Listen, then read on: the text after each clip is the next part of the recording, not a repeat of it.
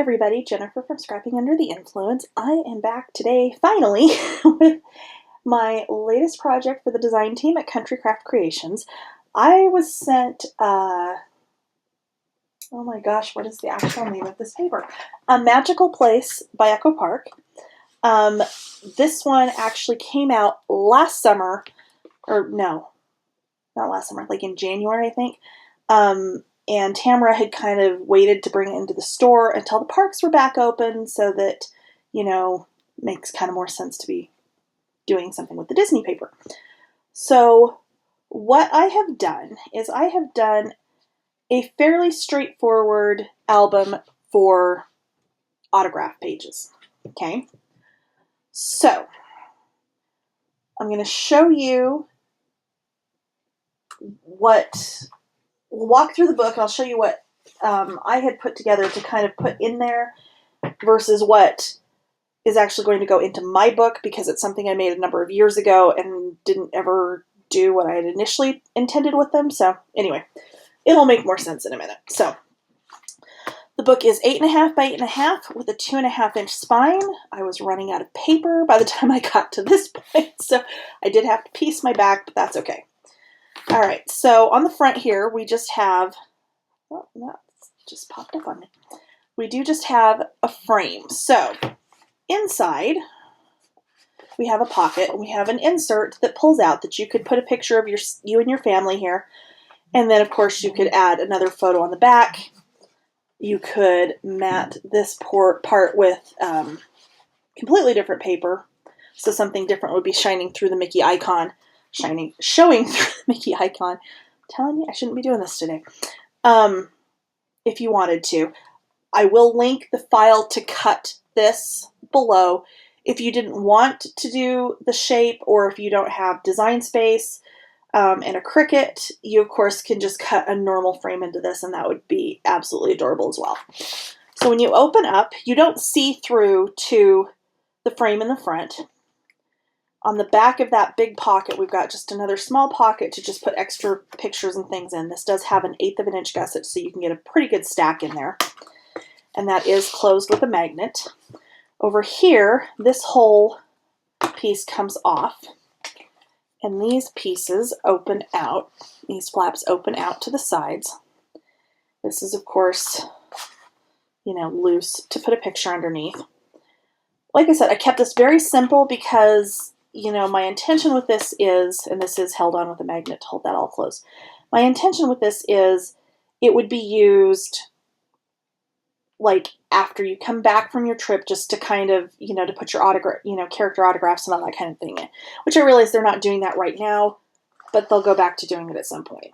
So right here, we've got a pocket here, and we've got big pockets on both sides. So this is where the inserts come in. So I didn't do anything to this one at this point. It is 7.5 by 7.5. It slides right on in there, because what I'm actually going to use it for are some that I had done from a trip many years ago, not many years ago, like 5 years ago, with our son, where I had made him all of these little signature blocks, and he got them signed by characters, intending to put pictures of him with the character like on a 12 by 12 layout. Clearly, that never happened, but these will fit in my pocket, so I need to go through, because I know I have the pictures printed. I just literally have to find them and put them together and put them in here. So you've got a big pocket on that side. You've got a big pocket on this side as well. This one on top, we do have another frame. If I can get a hold of my photo mat, with a photo mat in here. Okay, so you can, you know, put other, you know, a special photo or something, or, you know, picture with the characters or that kind of thing with you right there. Okay, so this one unties. We've got a 5 by 5 and a 5 by 7 flap, lots of space for pictures, space for journaling. And this page, I did actually do, you can kind of see it with the camera. I did do the Nuvo crystal glaze on the lenses on the camera and on some of, but not all of, the buttons on this other page. I did not get a chance to go through and do it in other places in the rest of the book before I finished this off. I may go back and do it later. It's just that that stuff takes, oh my gosh, about 8 hours to totally dry where it's not tacky and it's not going to like do anything if you push on it. So I did do some of those just because it's so cute on top of these buttons. Oh my gosh.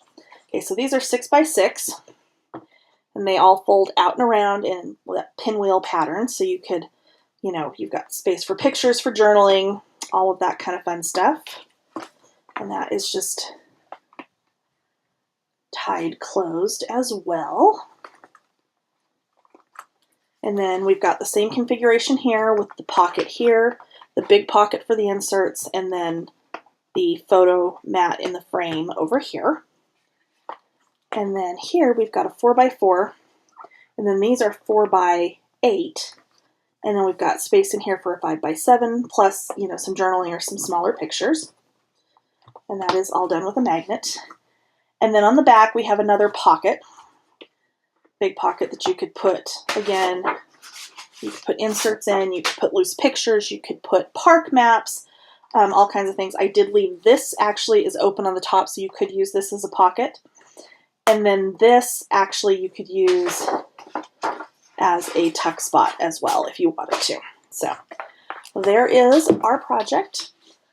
Comes together really fast, really easy, unless you're me and like in a funk and not liking anything you've done lately, then it might take you a while, but tutorial will play next.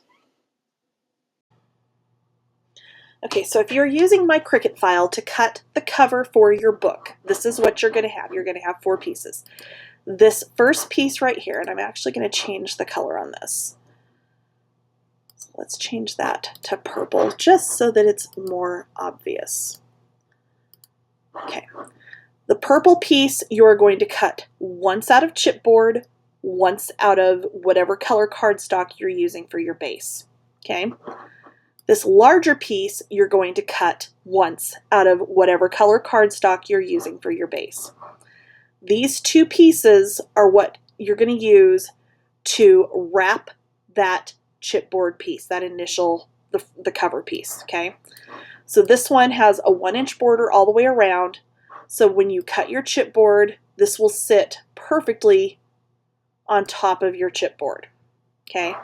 So you'll put your chipboard there, you'll wrap it around. This, of course, will be in the tutorial here next. And then this piece will go on top that will cover the opposite side of the chipboard. Okay? This piece, the gray piece, is your matting for your front cover. So this is going to sit on top of your cover to mat around the frame on the front cover. This piece is your piece that will mat the leftover piece of either the cardstock or the chipboard. Again, I'll show you that when we do the construction piece here in just a second. But this piece will actually mat that leftover piece if you choose to save it and use it. Okay? So, I have already cut this piece and this piece. Okay, so let's get started. Okay, first off, I do have the Cricut file. I will link that in the description on the video.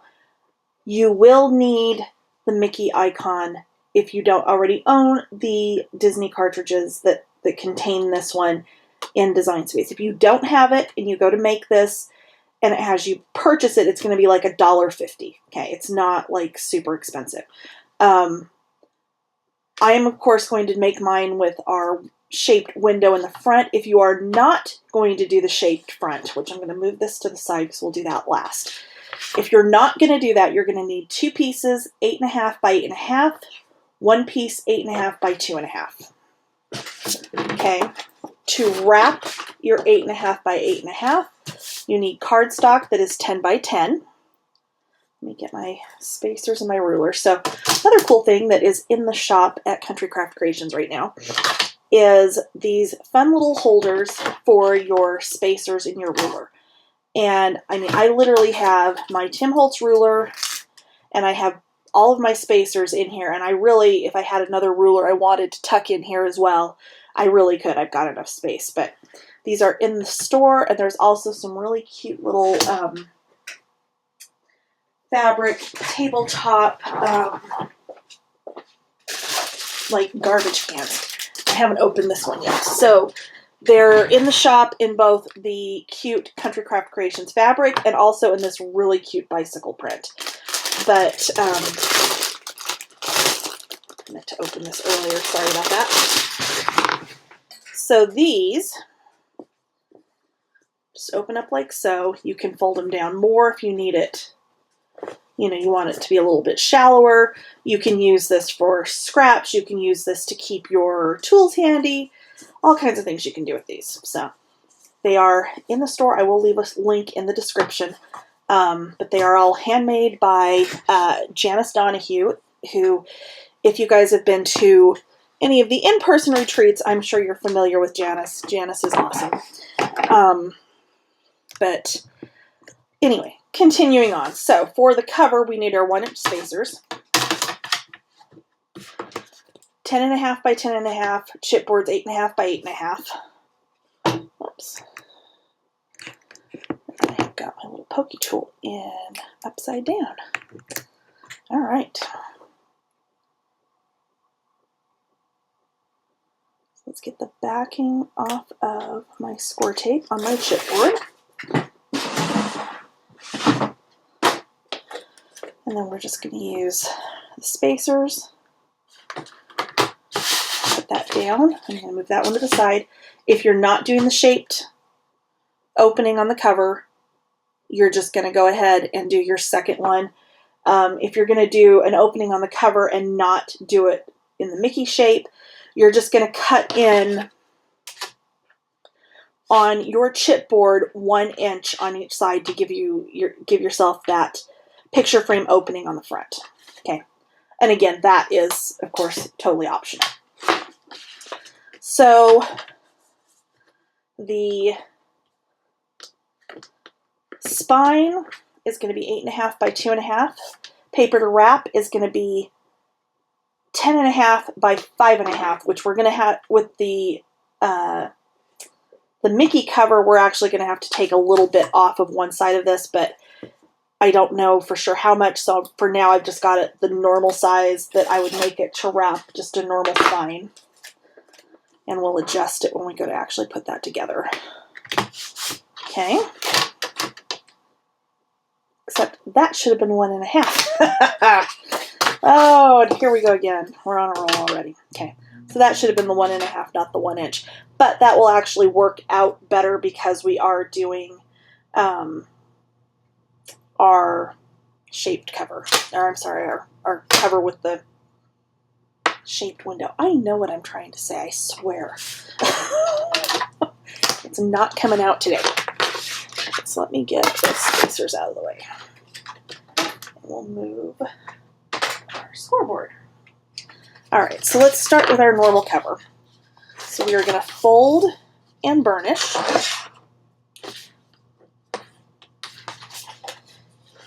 Fold and burnish.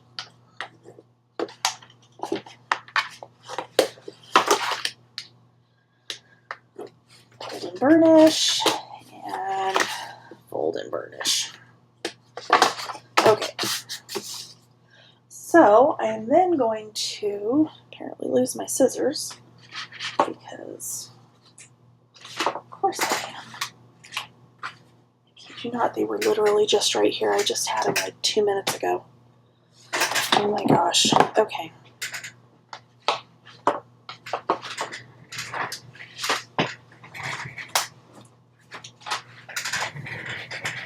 Okay, I have no idea.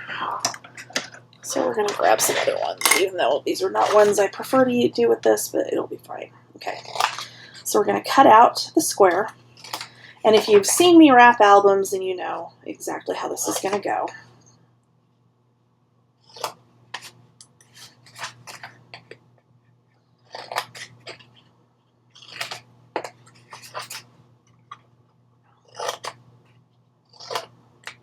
Okay. We're going to fold over and miter.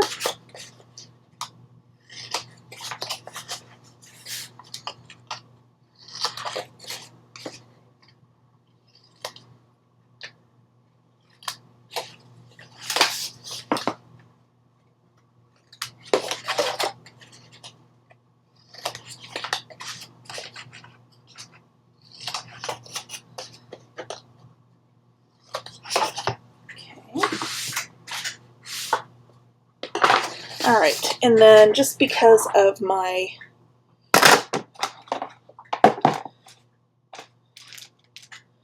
poor stiff hands, I am going to go ahead and do the combination of glue and score tape on this. So I'm just going to run my score tape around my outside edges.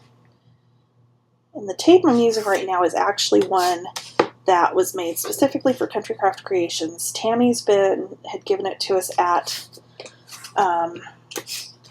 the retreat in April. I don't think she's ever put it on the website. I'm not sure. But in the event that she does at some point, kind of keep an eye out for it because it's way less money. You get way more on a roll. And it is just as good as the actual score tape brand. So, honestly, I think the paper backing on this one actually tears much easier. Okay. I'm going to kind of just burnish these down. And I'm just going to pick a side because this is square. And I'm going to pull my backing off. Actually, I'm going to pull my backing off all the way around because I've done this enough times.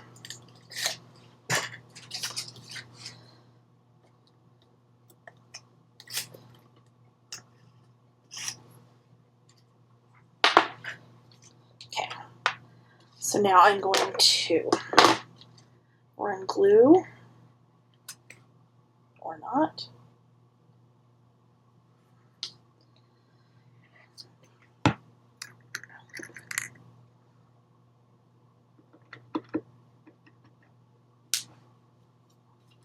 Okay, there we go.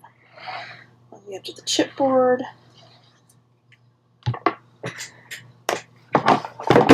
There's my other tape. I knew I still had some of that one. We're going to just use our bone folder, push up against the side of the chipboard, and then over and down. It's going to get a little messy over here because I did get a little carried away on that corner, but that's okay. Not a big deal. Okay, I'm going to go to the opposite side.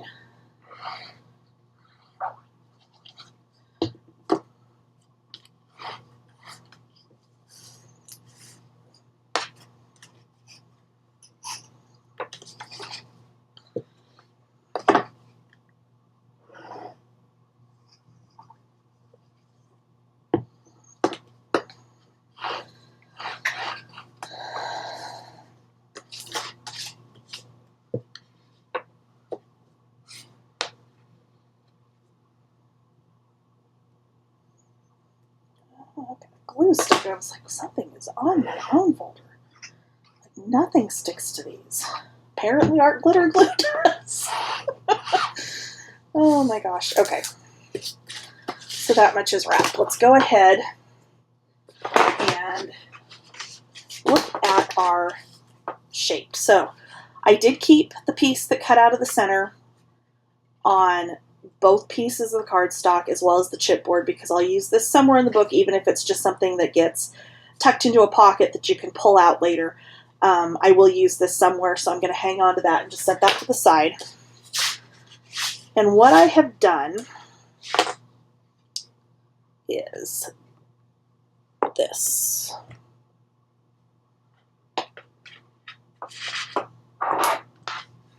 And again, I am just losing stuff left and right today. Oh my gosh. Okay, so there is just an ever so slight difference on the ears, depending on which way you have the paper turned. So I had gone through and turned this and made sure it was matched up exactly. So I'm just marking that so I know that's the side that goes up. And then this is my side that's going to go down. So what I have done here, and if you use the Cricut file and you cut this out, this is going to cut with the 1-inch border all the way around to wrap your chipboard, okay? So I have just done score tape here, there, and everywhere on this.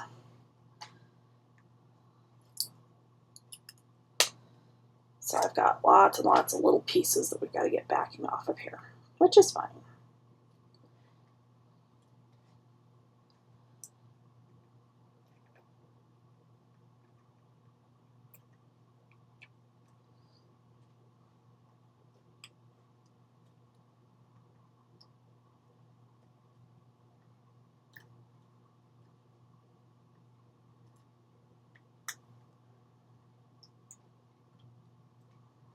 Okay. I know this is so exciting watching the pull score tape backing off, isn't it?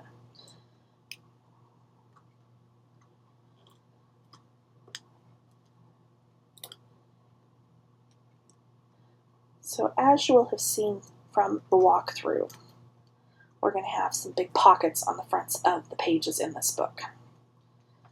And that is for autograph mats. And when I was doing this, and I didn't pull them out for the walkthrough, but I will at the end, once this is all put together and show you, because I am not actually going to use the inserts like I showed on the walkthrough. I am actually going to use some that I had made, oh my gosh, I think it was the second time we took our son to Disney, so he would have been just not too far past his 3rd birthday, so like 3 and like 4 months or something, because it was right before we moved from Virginia back to Utah. And I had done autograph blocks, and I will link that file as well, with the caveat that you will need a couple of the Disney cartridges and you will need the Pixar cartridge. Now before I do this, let me make sure I have this lined up for the right one. Okay, we did. You will need those cartridges. That it should be sized so it will cut just perfectly, but I did piece them, and there is a lot to piece, like a lot. At the time that I made them, I think it took me about 4 hours to cut all of the little pieces and parts, because again, you're piecing together the characters, which is why for my official version of this, I'm not using those. But all right, so we are going to line this up on top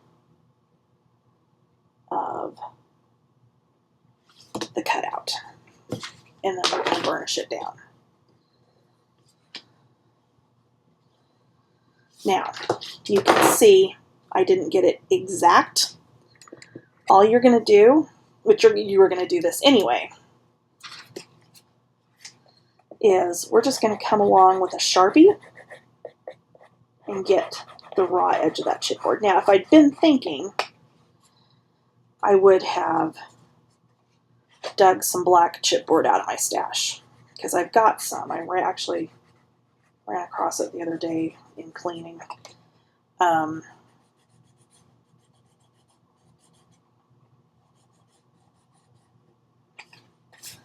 And I would have done it that way, then you wouldn't need to go over it with the Sharpie. And it may be easier to do the Sharpie before you do this. But the nice thing is, since this side isn't exact, I can go over it with the Sharpie and kind of camouflage that. Or when I go to actually assemble my book, if my top piece gets lined up better, I can use that as my piece facing out towards the front, because the back side, you're going to have a pocket that's going to cover this on the back side and a photo mat that's going to slip down in. So you're not going to see any of this where it's not perfect, okay? But because you will kind of see that raw chipboard edge, that's why I'm just coming in here with the Sharpie and covering that chipboard edge. You could do this with ink. You could do this with paint beforehand, like before you you know, put your score tape on or attach anything. It's entirely up to you. And this is something, if you're just doing a normal frame into this, you're not using the file and doing the shaped frame, you won't have to worry about, because you will go ahead and wrap your chipboard. You'll cut diagonally and then wrap those pieces out around, so you won't see any kind of edge either. So, but we are not doing that with this one. This one we're going to do shaped.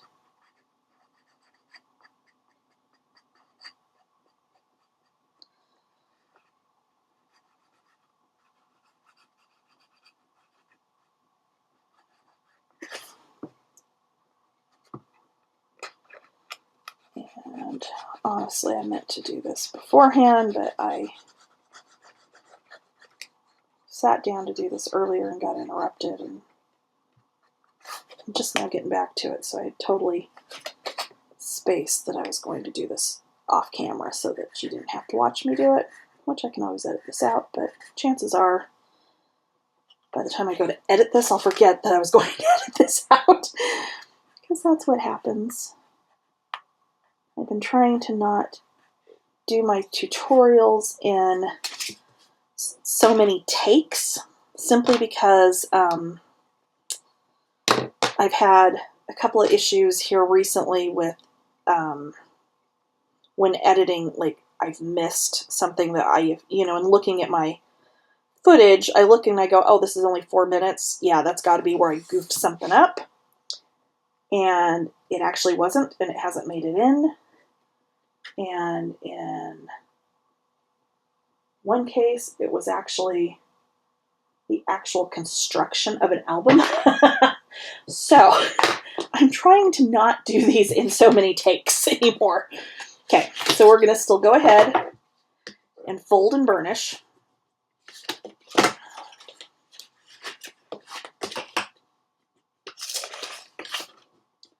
And if you wanted to glue the chipboard to your cardstock, if you think that's going to be easier and keep you from, having an issue where it doesn't line up exactly, by all means, please do so. I used to do lots of things like this where, I'm just out of practice and getting them lined up exactly, but that's okay. It will be just fine. Okay. So we're going to go ahead and fold and burnish, and you're going to notice at the top of his ears, we've got a little piece sticking out, okay? All I'm going to do is kind of mark where that is on both sides, so I can take my my scissors, okay, so I've got this little like half moon here. I'm just going to take my scissors and I'm just going to cut that out. So the rest of the matting is totally normal. The wrapping is totally normal. I'm going to go ahead and cut out corners, just like we always do. I need to find my other scissors because I like these for fussy cutting. I do not like these for doing this kind of stuff, but that's okay. And then you're just going to fold over and make sure you got everything that you needed to trim off. Okay.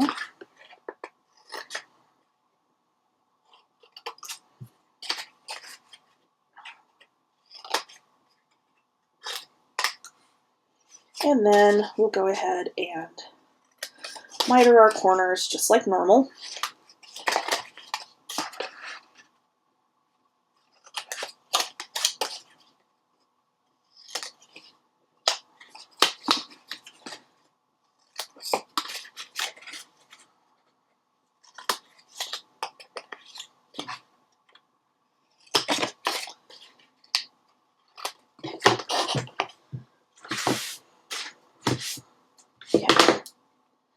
All right, so now I am going to go ahead and I'm going to get backing off of my edges here.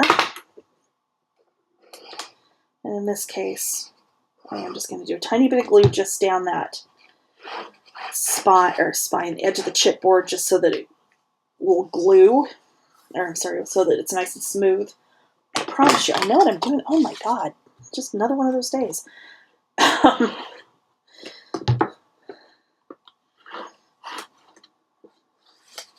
Okay. And then we will go ahead and get our tape off on the sides here. I'm going to leave the stuff around the middle because at this point we still have another piece to put down on top, so I really don't want to pull those up yet, and I did just kind of bury a couple of them underneath here, but that's okay. So we'll just go like that, and this is where your little pokey tool comes in handy because you can just kind of work it up underneath there and pull out those little pieces. Okay.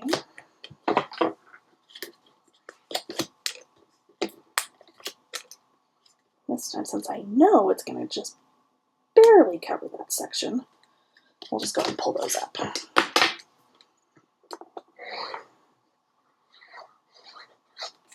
And I did not mean to put glue all over that.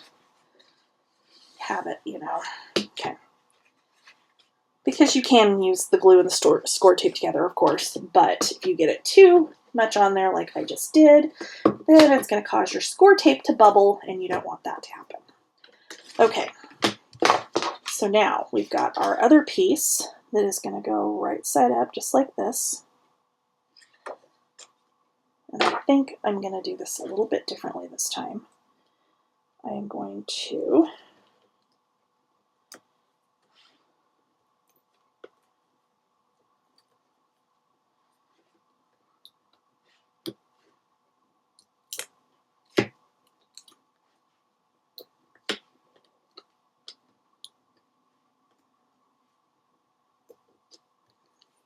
pull that up like so. And I'm going to turn this so I can see exactly where I'm putting this. Hopefully I'm not getting my head in the way. No, I think we're good. Okay.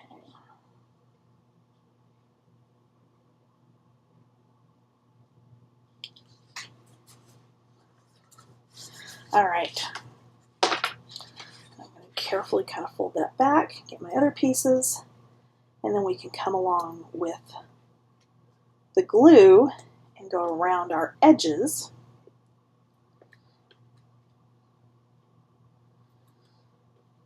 To secure down cardstock to cardstock.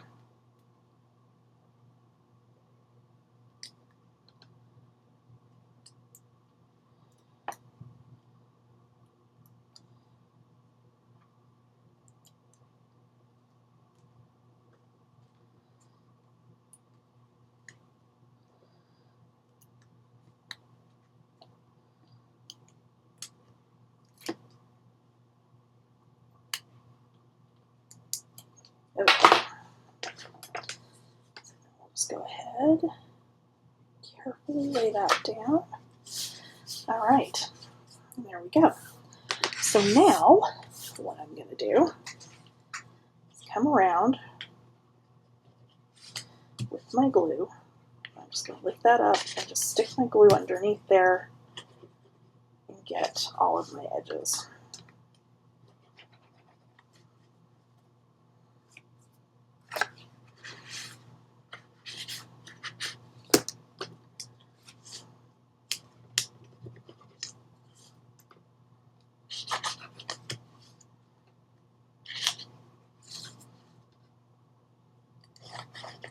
All right.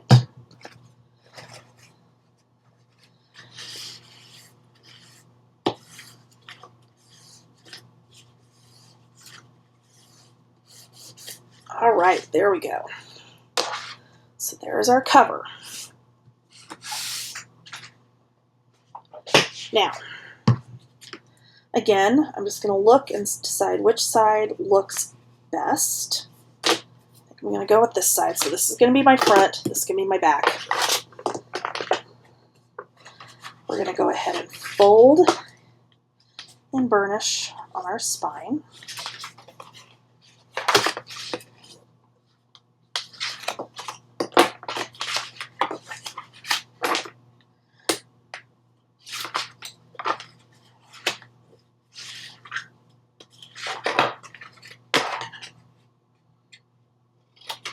Cut out our corners.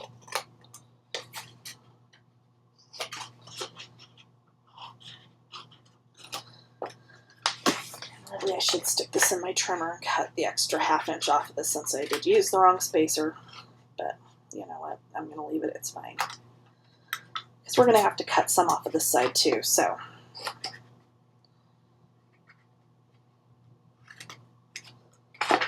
go ahead and miter.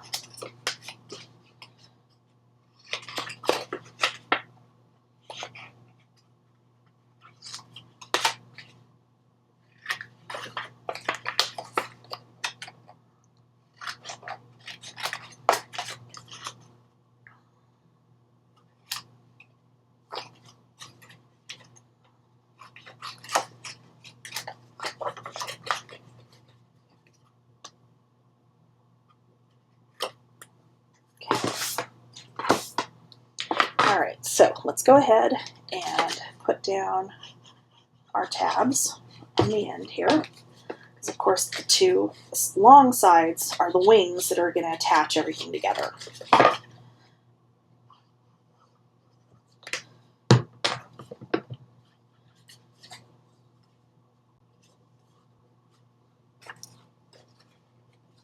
Okay, so I'm going to turn this over. I am going to take my bone folder and I'm going to run it along the edge of the chipboard and push that down. So we have a clear line of where the chipboard ends and where our piece needs to attach. So as you can see, again, we've got a little piece sticking out here. So I'm just going to mark where that is. I am going to grab my paper trimmer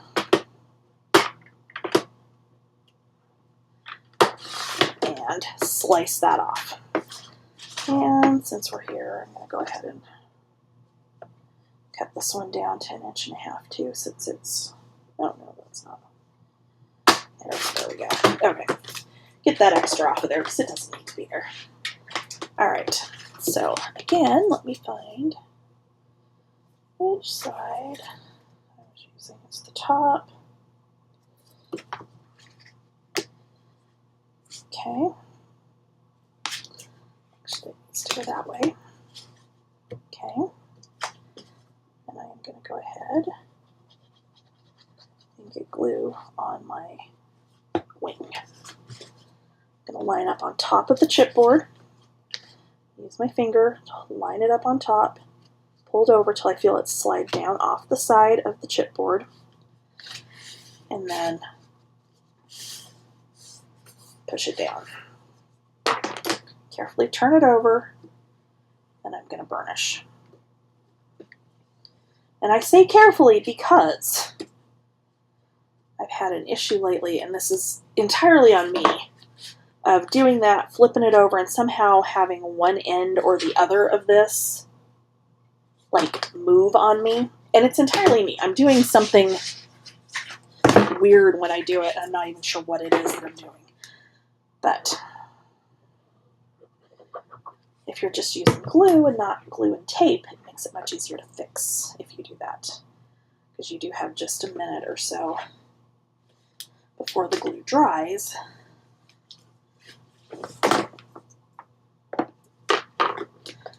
That you can kind of adjust it. Okay. All right. So there is our book front. Okay. To do our reinforcement. Our reinforcement is just mostly going to be on this one side. We don't really have anything unless you could bring it over and just, you know, cut that little circle out, but I think it'll be fine without. So let me grab some score tape sheets. should have ordered just now. I ordered more black artisan, but I forgot. That's okay. I do have the rolls if I need it. Okay. So this piece is 8 3/8 by, I believe, 5. Yes, 8 3/8 by 5.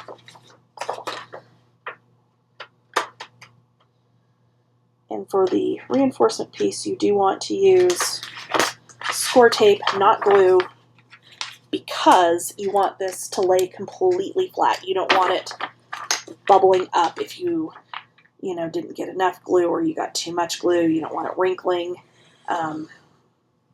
It just works much, much better if you can use score tape over the entire back of this.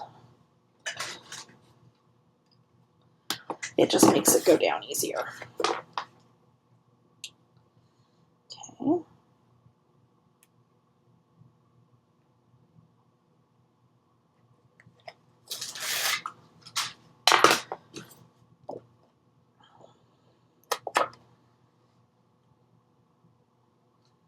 So I'm going to get that right to my edge there, and then all the way across. I'm going to burnish it down,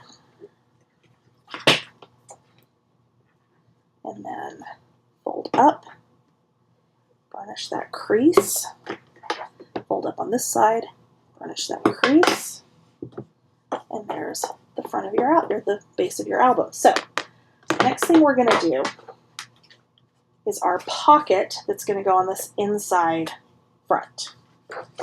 So, got a couple of options here. Okay, your insert for the pocket is going to be 8 1/4 by 8. Okay, so that, pretty sure is my insert. Yes, I'm going to set that to the side. Okay, for the pocket, you can do this a couple of ways. You can do it solid. You can cut a window into it that you back with acetate so that if you've got your insert out, you're seeing all the way through. I'm going to leave mine solid, okay? It's just going to be easier overall with matting and everything else. So the pocket piece, regardless of if you're going to cut a window into this or not, is going to be 9 1/2 by 8 1/2. With the 9 1/2 at the top of the scoreboard, you're going to score it 1/2 inch, turn it, 1/2 inch, turn it again, 1/2 inch. I need to miter my corner, so I'm going to cut right through where those score lines intersect. That's going to take a lot of the bulk out of the pocket. And then I'm going to cut just a little miter on the top.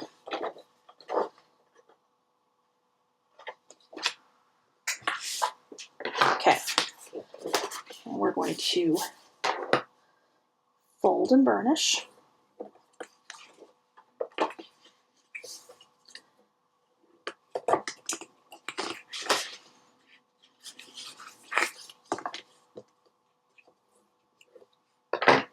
Okay, and then this is going to go on here. It should fit side to side. You're going to go all the way to the bottom. So I'm going to start with just glue on my bottom tab only. And I'm going to line this up with the outside edge of the book and the bottom edge. So it's going to go flush into this bottom left corner.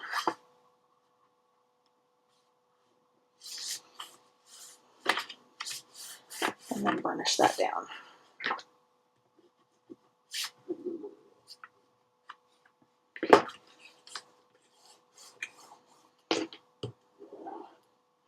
Okay.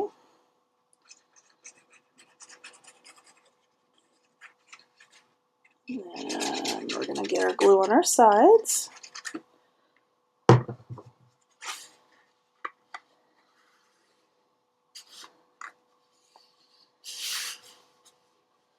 Put that up. Okay.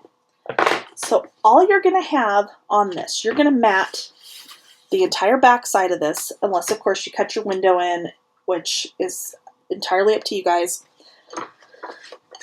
And then you've got your little photo mat that is going to slide in just like so. We are going to put a little ribbon loop on the top to make it easier to pull in and out, but you'll be able to put picture a bit like a 5x7 picture on both sides of this if you wanted to, and you'll be able to see it through the front of your book. Okay, so I'm going to slide that in there so I don't actually accidentally cut it up for some other purpose, because God knows I will do exactly that if I don't. Actually, I think I was doing it this way, so I'll stand it up just a little bit. Okay, so let's move that out of the way for a minute. Grab the scoreboard again, and let's do our pages. So let's start with our hinge. The hinge is going to be 8 by 5.5, and I actually cut this about a 1/16 of an inch short just to make sure that my pages are going to fit. Okay, we're going to score this every 1/2 inch. So 5.5 along the top, score 1/2 inch, 1 inch, 1.5, 2, 2.5, 3, 3.5, 4, 4.5, 5.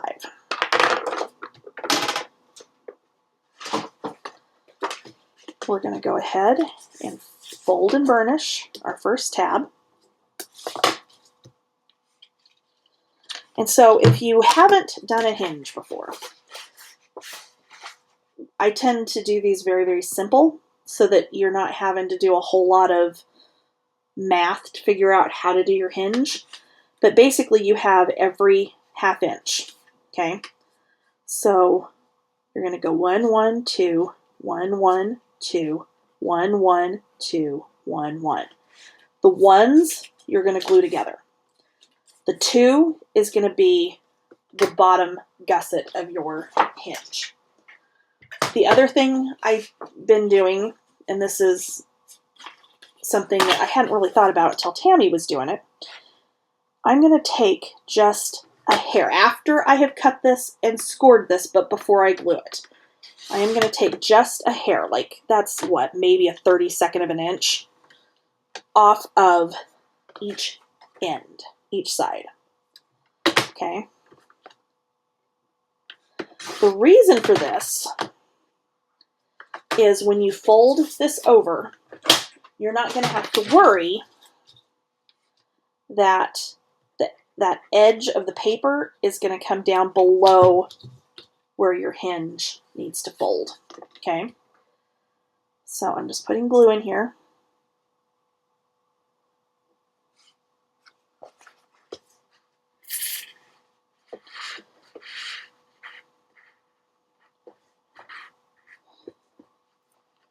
Apparently I'm going to drag the entire hinge through it. Jeez. I'm telling you, there are days that I should not be doing this, and apparently we're on another one. Okay, so then I'm going to fold that hinge back over on itself and burnish it down, and there's your first hinge. Okay, so back on our back side, here's our 2. We're not doing anything to 2. We're going to adhere 1 and 1. So I'm going to fold and burnish. Okay. I'm going to try to not be as crazy with the glue so I don't have it everywhere again. And yes, I know there's a fine tip for this glue bottle. I have had absolutely horrible luck lately keeping the fine tip from getting completely clogged to the point I am ready to throw the glue across the room. So I haven't had it on for a while. Okay, and you're just going to bend back. And again, if you've got any glue that's seeping out, wipe it up.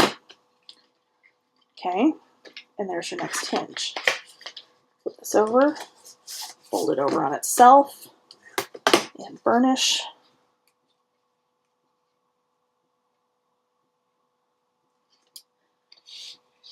And then there's your second one. So again, So now you've got 2 and 2.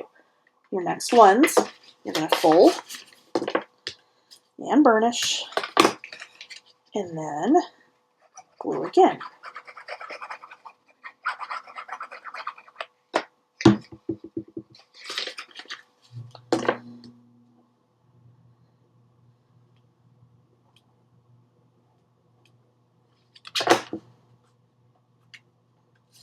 Okay. Fold back on itself. Burnish it down. And then turn it over. Back on itself again. And there's 3 hinges. So now you've got 2, 2, 2. Now you've just got your last 2 that you'll bend. Fold and burnish.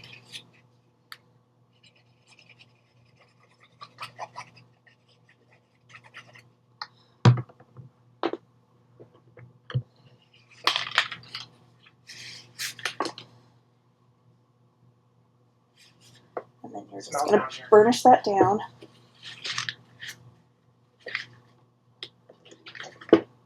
And then fold it back.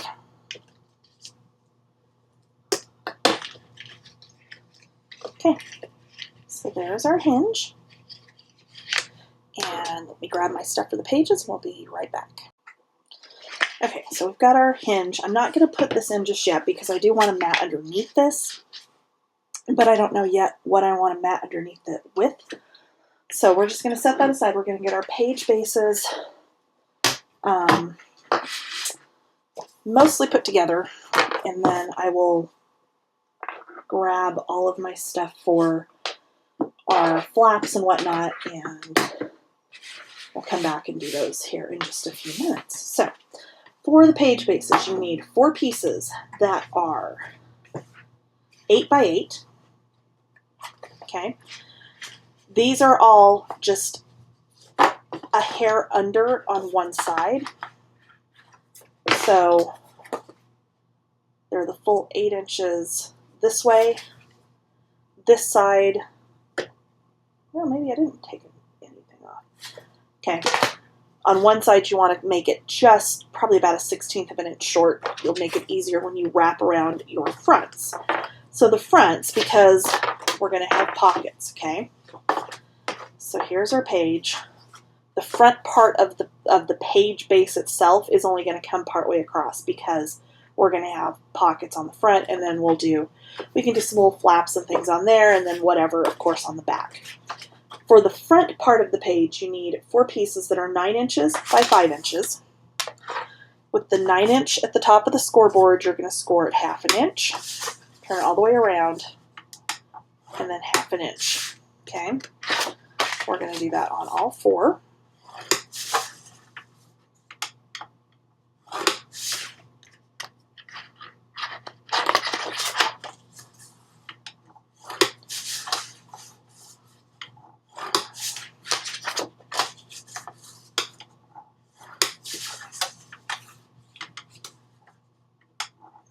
Okay? And so the reason I say on one direction on these to go just a tiny bit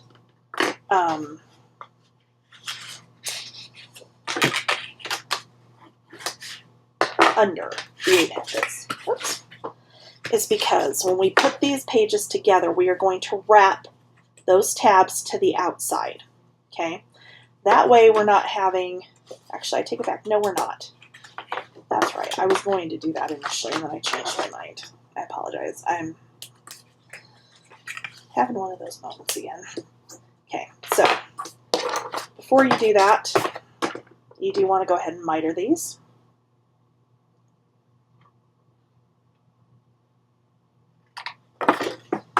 Still don't know what happened to my other scissors. They're here somewhere. Okay.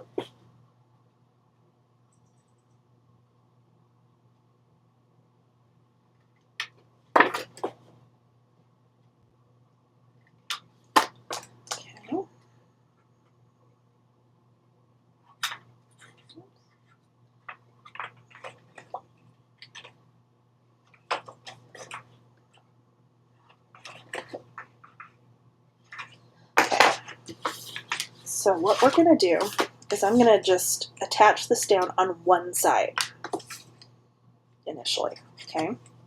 Because when we go to put it in the book, that's when we will wrap this up and around our hinge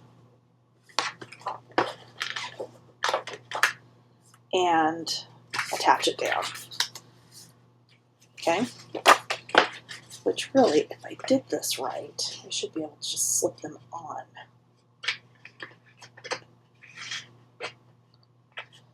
Aha, we did. Okay. So if you cut this about an, what was it? What did I have you do? I'm so sorry. Okay, so I cut this about a 1/16 of an inch short. So we should be able to go ahead and attach our pockets to the fronts of our page bases. And then after these dry, of course, be able to just slide these onto our hinge, like so. And then we would glue them down.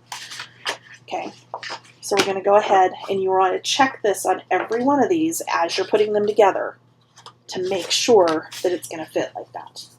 Okay, they should all fit, but you know, everybody scores a little bit differently where you may not fit like you want. If you think you're going to have a problem slipping them down on like that, you can absolutely wait and adhere the other side after you've gotten your page onto your hinge, in which case you would just adhere the one side like so, without getting glue everywhere like I keep managing to do today. You would adhere one side to your hinge. You would then bring this other side up and adhere it down after the fact, okay? I am going to make sure that they slip onto that hinge so that we're literally just going to put some glue and slide it on. Okay. This one's a little bit tighter, but it's still okay. Yep, still fits. Okay, we're good. Go to our next one.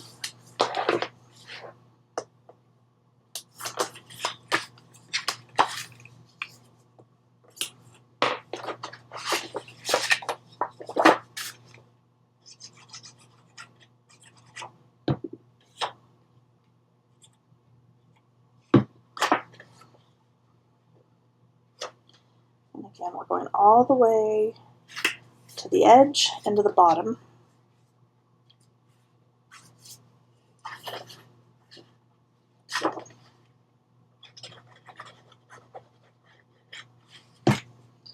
You shouldn't have any problems.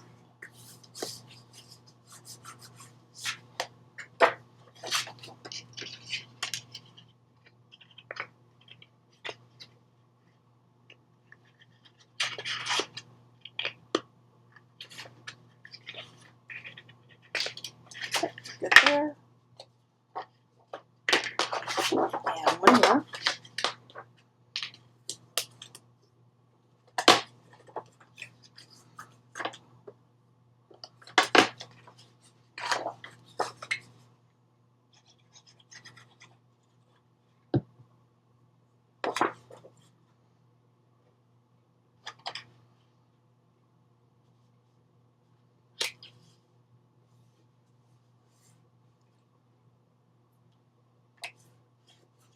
Okay.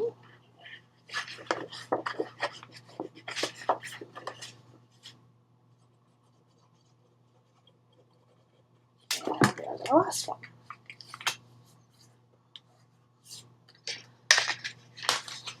Check it one more time.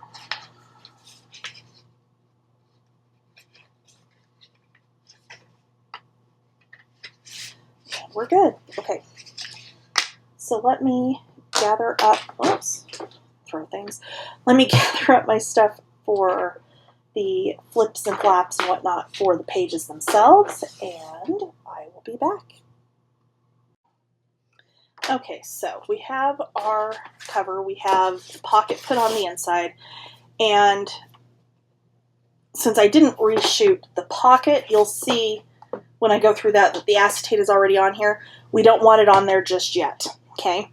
I had actually attached the acetate to the front, went to put my matting on, and my score tape was over too far.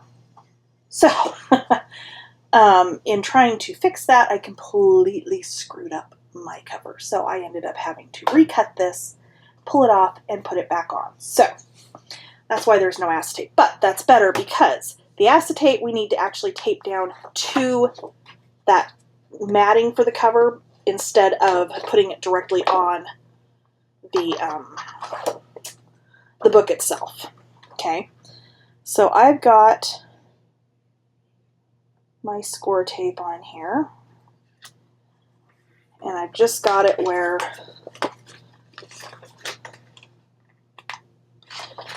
it needs to go, not where it's going to be seen.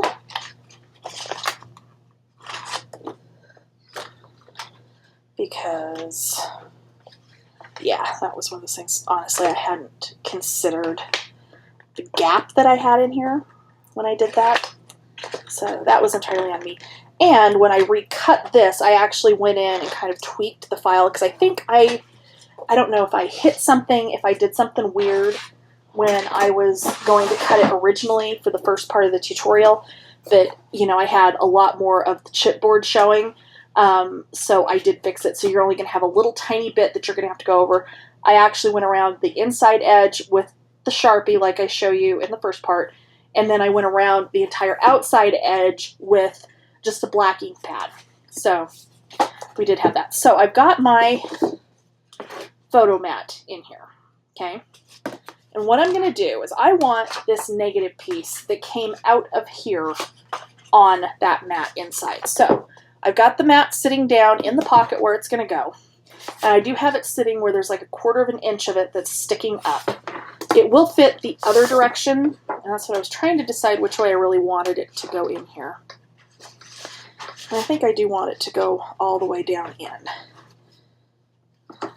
Or not. Maybe I don't. I think I do want it sticking up. Okay. So I'm putting this in so that we've got this little about 1/4 of an inch that's going to stick up on the inside there. Okay. And through my opening, before I put my cover down with my acetate on it, I'm just going to make a little mark the top of Mickey's ears. Okay. And then I'm going to take this piece and line it up, and it is going to go edge to edge because it is wider. Okay. And that's fine. And then I'm just going to kind of hold it here, feed it back in, make sure it lines up where I want it to go when this is in, and I don't have it quite right. So, make sure my photo mat's all the way in, and then just kind of slide this around until I get it about where I want it.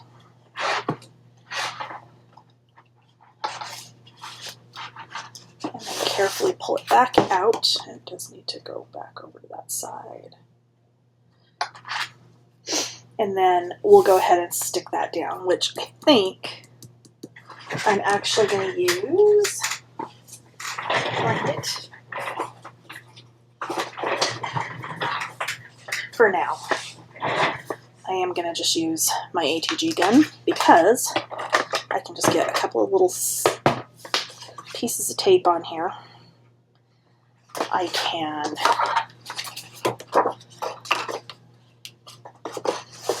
feed this in. I can slip this down in on top, and when I get it right where I want it,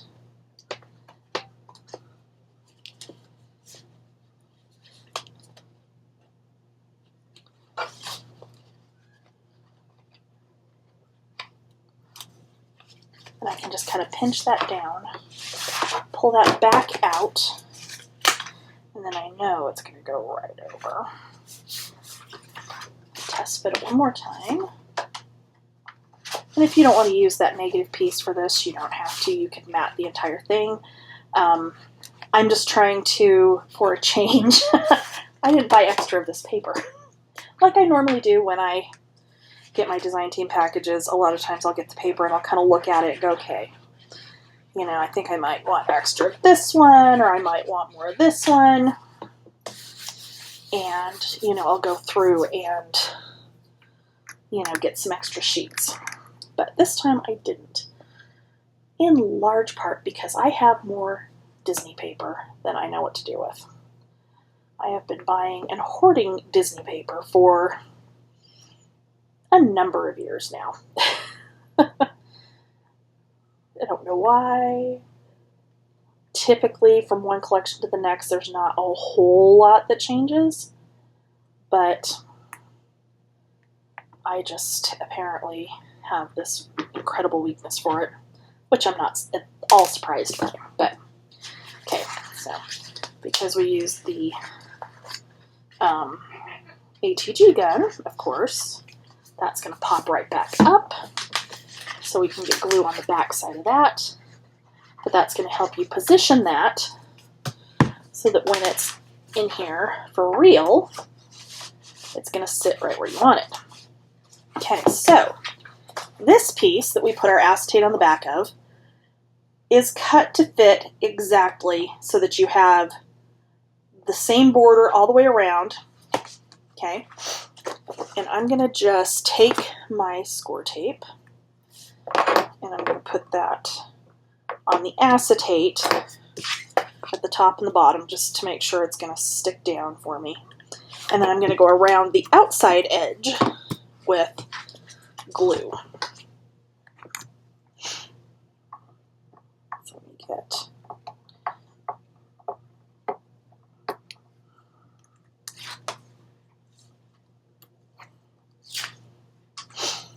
that off.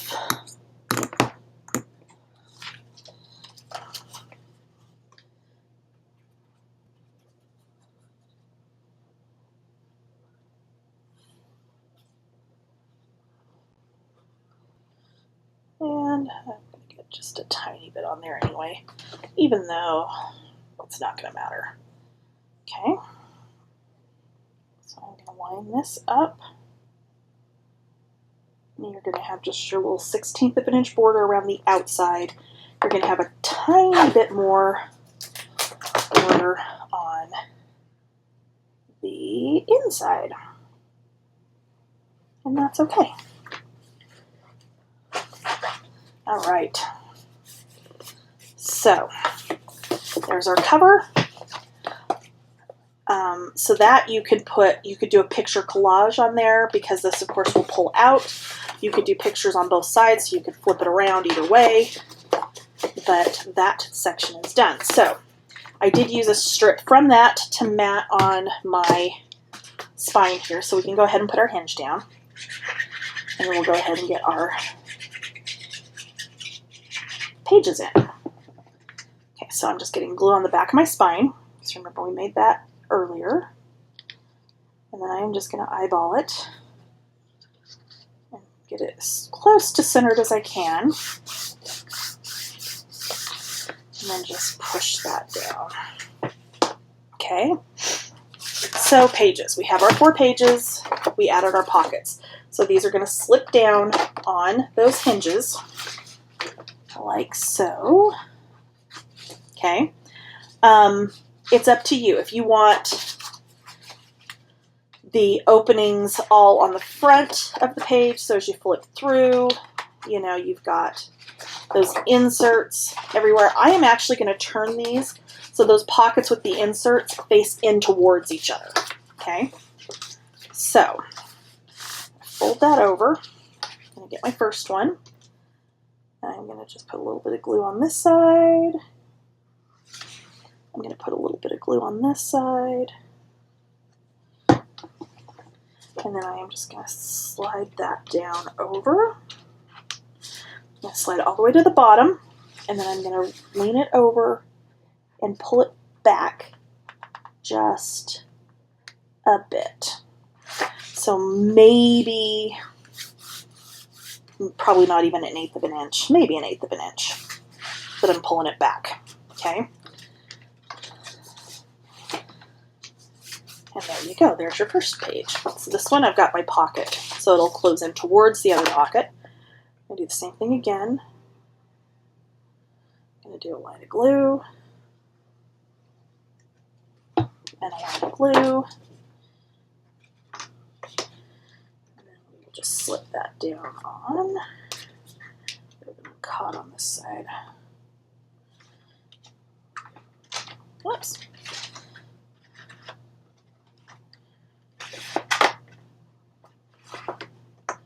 It's catching on the inside there, I can feel it.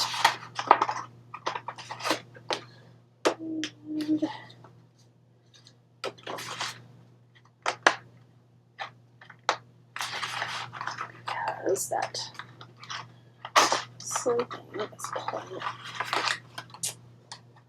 trying to pull loose there, and it keeps catching on the page.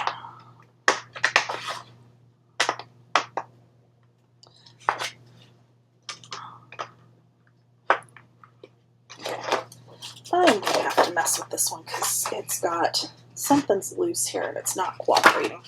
So we'll try one of the other ones. Just a tiny bit more. There we go.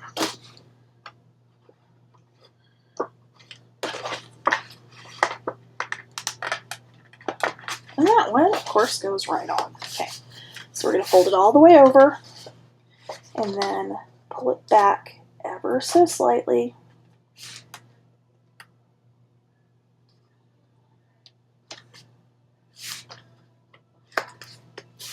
And then burnish it down. Okay, let's do our next one. I'm going to dry fit this one just to make sure so that we're not fighting with it. And this one's fine. Just seems to be that one. And I may have had a wonky score line without realizing it. Because that would be very much like me. Okay, so we're going to go over. And we're going to fold it down and pull it back just a tiny bit. Make sure it's even and burnish it down. Okay, except I just put that in there the wrong direction, didn't I? Okay, let's try that again. We'll flip it over. Hasn't dried yet. We got time. Oh my gosh.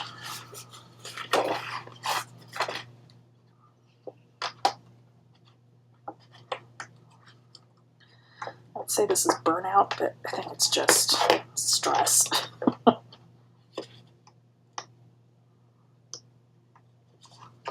There we go. And then,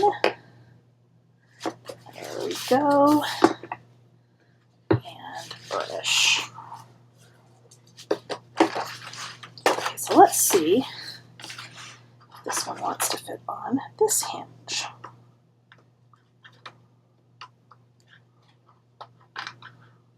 And this one it fits on, so it must have just been, it might have been my hinge. I don't know.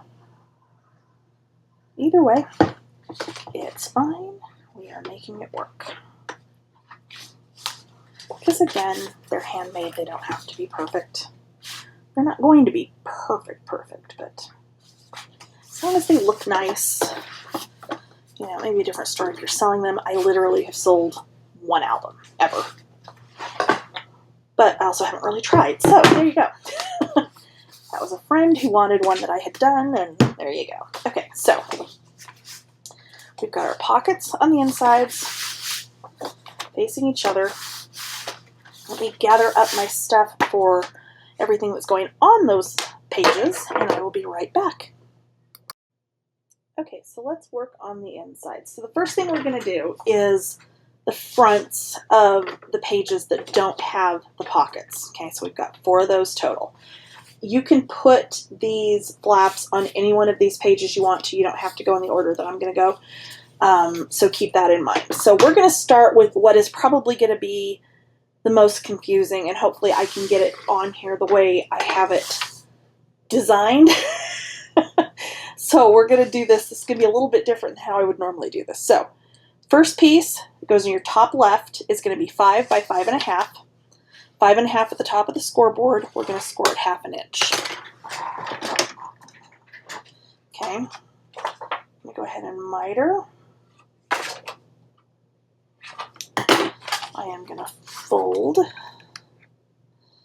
and burnish. Grab my book. So this one, assuming I'm remembering this correctly,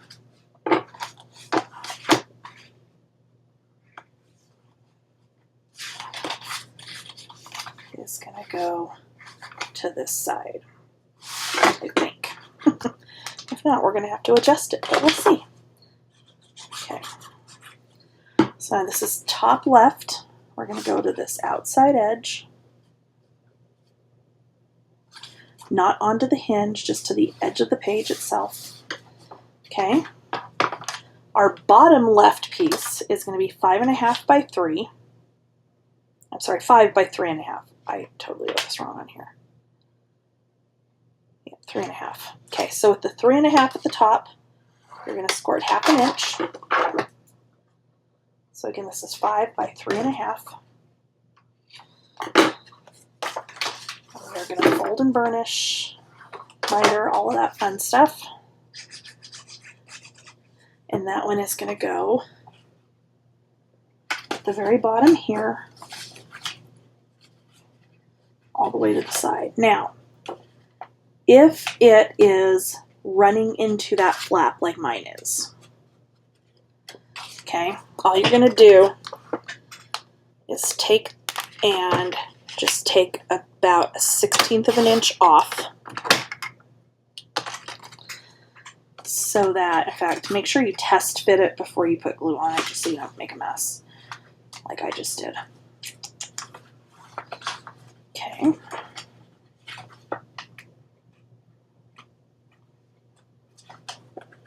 Take just a tiny bit more off.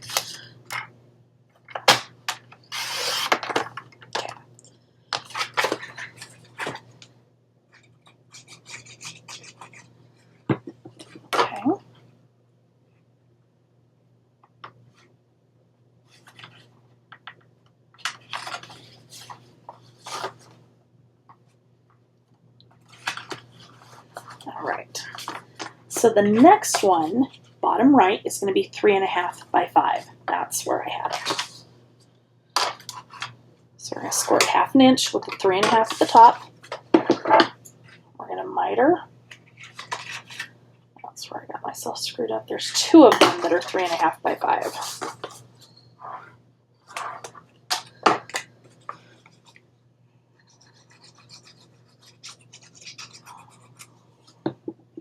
Again, I should have dry fit this before I did that, but it'll be okay. Okay. And then your last one is going to be 3 by 3.5. 3.5 at the top of the scoreboard. You're going to score it 1/2 inch. Again, we're going to miter.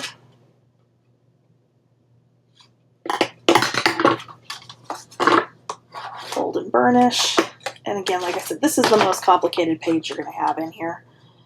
And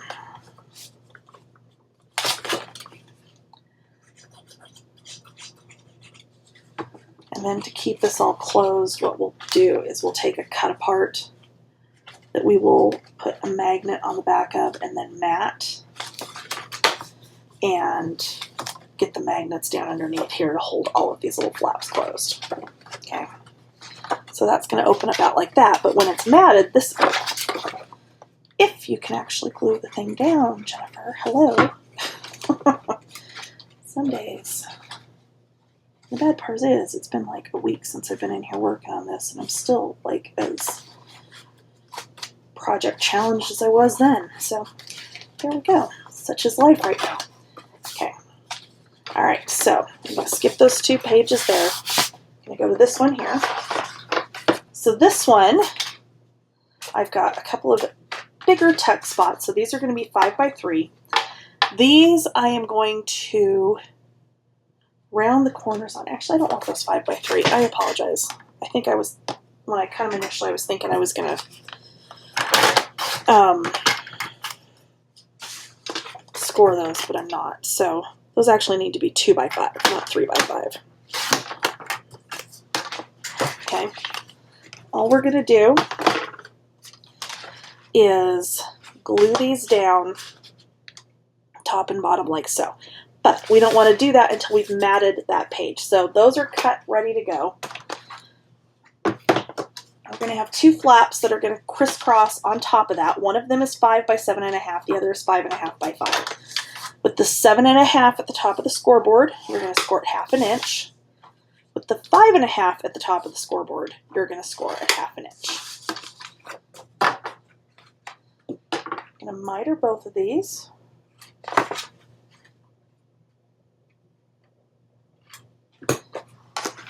Bring my book back in. Get those out of the way. So I'm going to put the smaller one into the middle, or on the inside, that is. Center it on the inside. I know what I'm trying to say, I promise. Okay. The larger flap is going to go opposite that. So you're just going to use your first one to help line that up.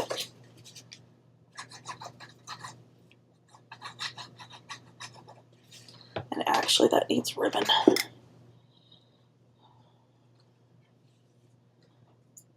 On one side. So let's... Oops. We're going to put a little piece of ribbon there. I'm literally just going to hold this, line everything up. Apparently drop the ribbon because, of course I am.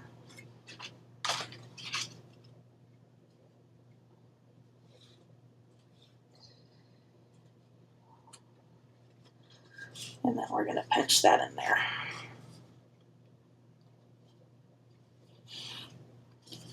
And there we go. Okay.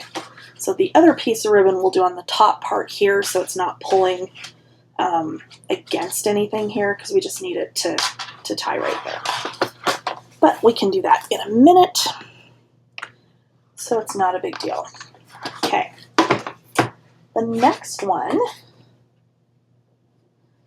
is going to be, we have 4 flaps. They are all 6 by 6.5. With the 6.5 at the top, you're going to score it 1/2 inch on all of these.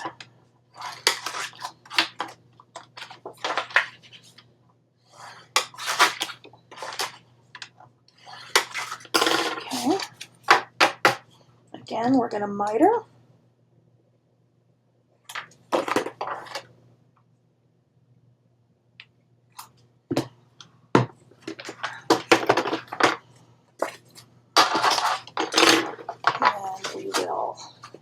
And burnish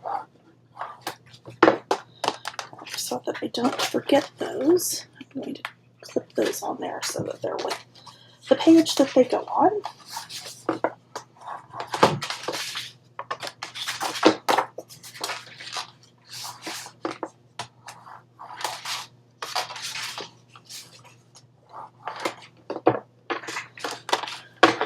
So you can either center all of these up so that they all overlap like so, or you can offset them so that you're going to each corner. And that's what I'm going to do. So my top one is going to go to the top outside corner.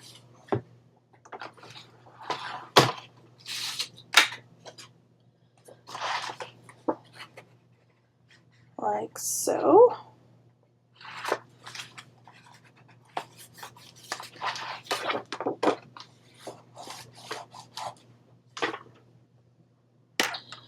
Another one where we do need some ribbon.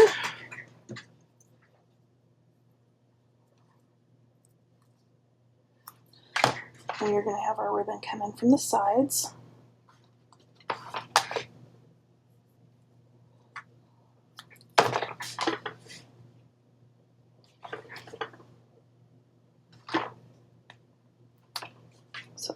completely forget it, because you all know I will forget.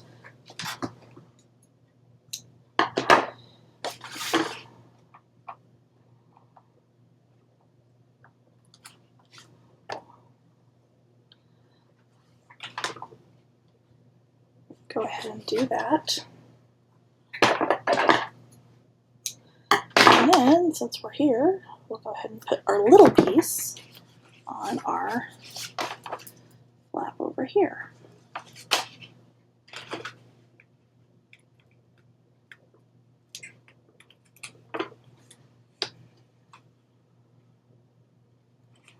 Okay. Anyway, back to the flap. So that one's there. I'm going to do this one to the bottom outside.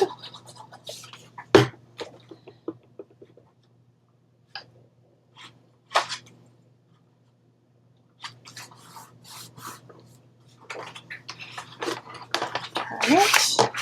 So we'll go to the bottom inside.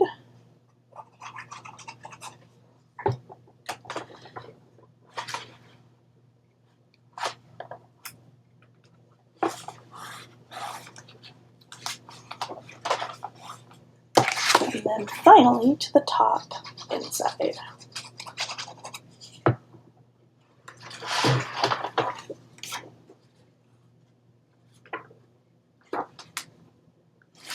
Now as you do this, make sure everything's going to fold in the way you want it to, that you don't have anything sticking up too far.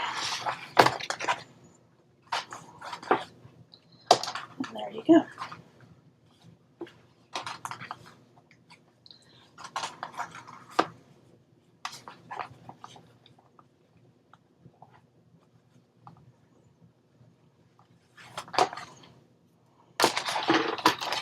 And we'll go ahead and tie this one too, since we're here. And I probably used way too much ribbon, but that's okay. Seam binding. It's actually not ribbon, it's actually seam binding, but I don't know. I always call it ribbon. Okay, so we're going to skip the inside there. We're going to go to our last one. So this one, you can use some ribbon if you want to, but I don't think I'm going to. So you're going to have a small flap that is 4 1/8 by 4 5/8. You're going to score that with the 4 5/8 at the top at 1/2 inch. And then you're going to have 2 side flaps, 4 1/2 by 8. With the 4 1/2 at the top, you're going to score those at 1/2 inch. And this is another case where when we go to put these down, we can go ahead and put one down, and then we're going to want to dry fit the other one to make sure if we need to cut any little sliver off of it to make sure it fits right. Okay, so again, here you have a choice. You can have these open out this way and have this one that's closing it coming in from the side, or you can have them go out to the sides and have this one come in from the top. I'm going to have these on open to the top and bottom.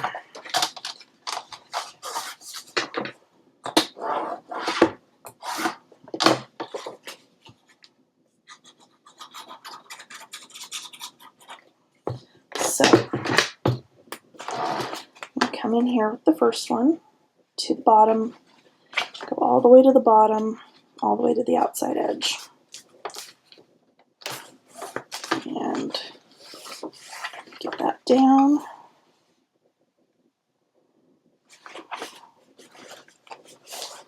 I'm going to turn this around, and then I'll do my other piece. So I'm going to line it up all the way top outside. Yep, I did already take enough off, so we're good there.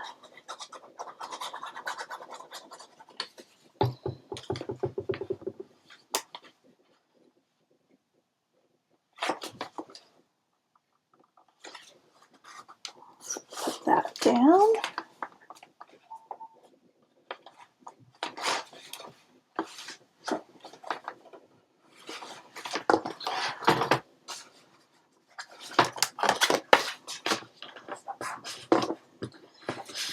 And then this one is just going to go on this outside edge. And we'll just center that up.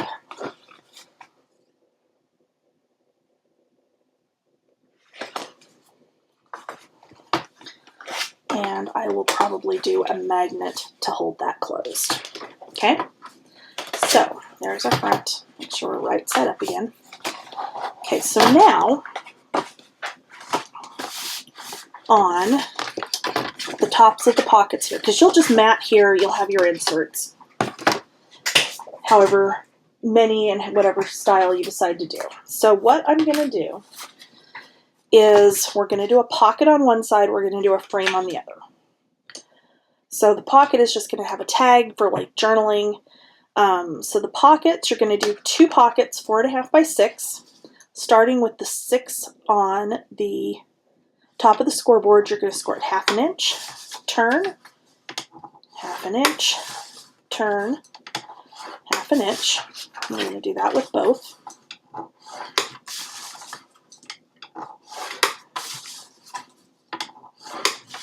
Okay. The frame, we're going to do 5.5 by 7.5, 2 pieces. Starting with 7.5 on top, you're going to score it 1/2 inch, turn, 1/2 inch, turn, 1/2 inch, and then we'll cut our frame into, or I'm sorry, yeah, cut our opening into the frame. I know what I'm trying to say. It's just not coming out right. I'll remove that for right now. So on the 2 pockets, you're going to cut through where the score lines intersect and miter, like so, and then you're going to miter your top corners. That just takes the bulk out of the corners on that pocket.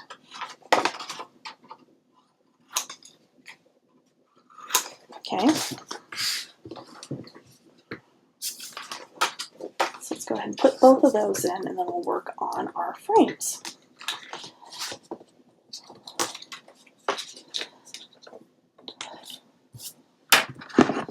Hold on one second.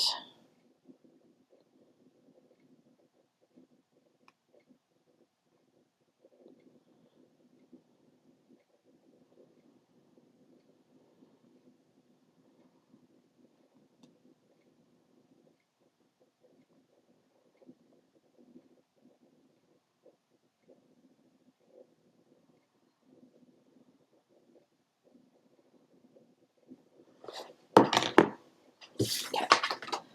Sorry, I can hear my husband upstairs, and it's about time to go start dinner, so I was just texting him really quick. See if he can pull something out for me.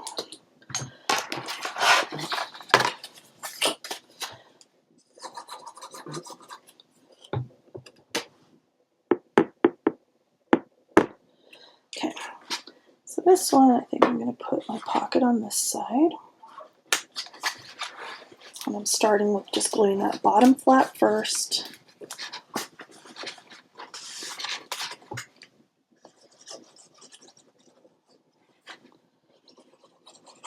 And then I'll get my sides. That way I know my bottom flap is attached and straight. I'm going to flip to this side, and we're going to do it on the opposite side on this one.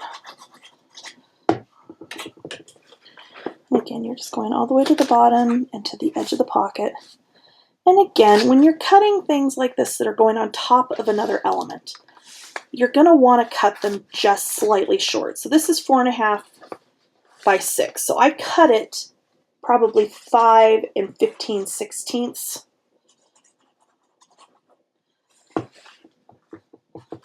Just to make sure it's going to fit on top here where I need it to. Okay, let's move that out of the way. So, the frame. So we are just going to do this so it has, we're going to do a 5/8 of an inch border, which I know is going to be complicated, but it'll be okay. So all I'm doing is I'm taking my side that doesn't have, okay, so this is the scored side.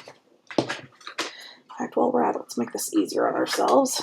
I'm going to miter my corners.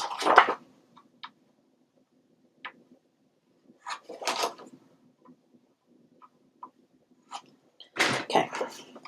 So starting with my non-scored side, I'm just going to move this to 5/8 of an inch. And then I'm going to go to 1 1/8 because I've got a 1/2 inch score mark. And I want to go just past that. So I'm starting my blade at 1 1/8. And I'm going to go to 6 3/8. And then I'm going to turn it. And again, I am taking that score line now, instead of the edge, the score line to 5 5/8. This time I'm starting at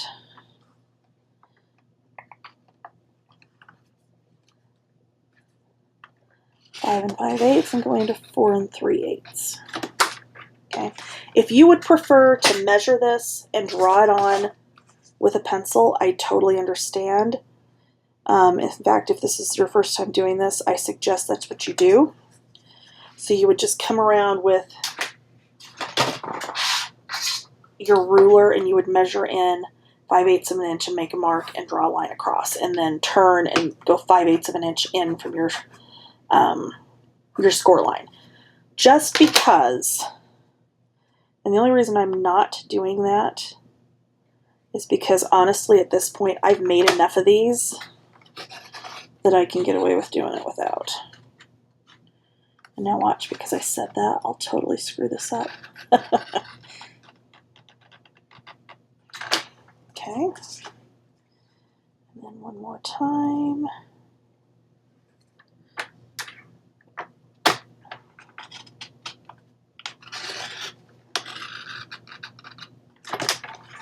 And there we go. Got one little spot that I missed that I didn't get quite far enough over, but that's okay. It's better than going too far.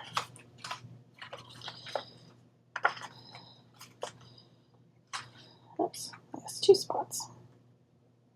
I didn't get quite into my corner on that one or on that one, but that's okay. It's better than going too far. Okay, so there's our first frame. We're going to do the same thing on the second one. So again, I'm going to start by mitering my corners like I would normally do for a pocket.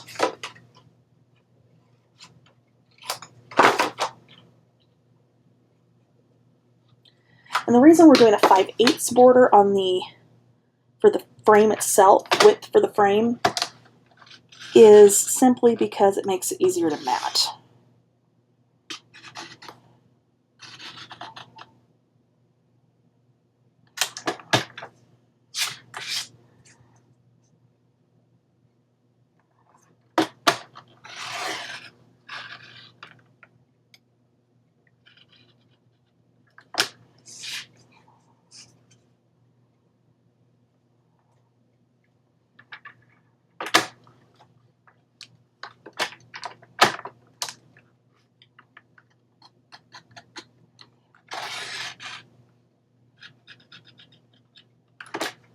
Okay.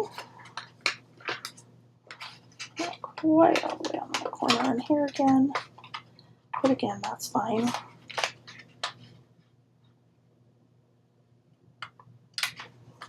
Totally easy to finish that off with the scissors.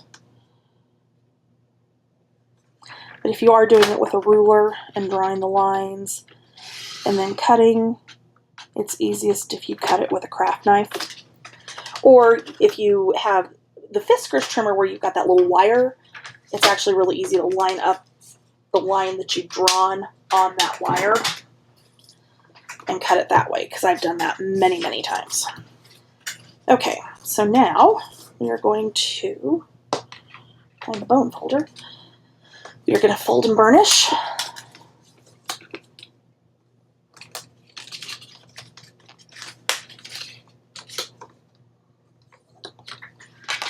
And then this is going to go centered on here with the opening towards the outside opening of your pocket. So again, I'm just going to start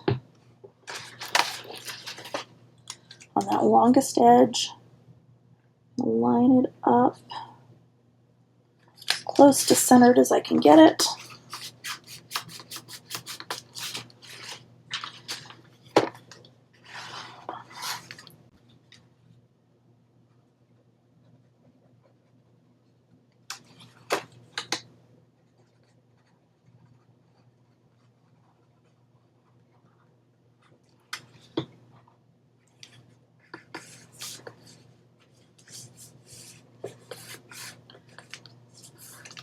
Okay, and then we can put acetate on here if we want to. I honestly haven't decided if I'm going to yet. I probably will because I've got scraps. But if you're going to put acetate, I would say 4.5 by about 6 1/4 is what you're going to want to make the acetate piece. Okay, so let's do our other one.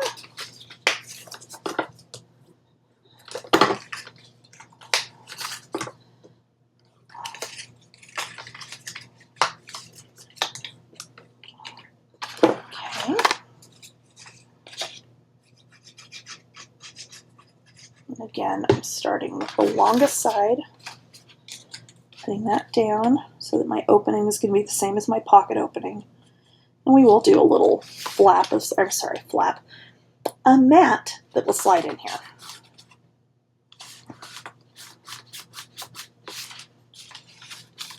Okay. And then again, get our sides.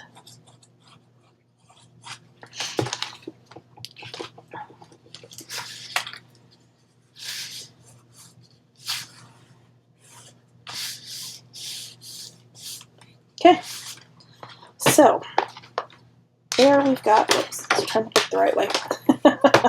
We've got all of our little pieces and parts in our book.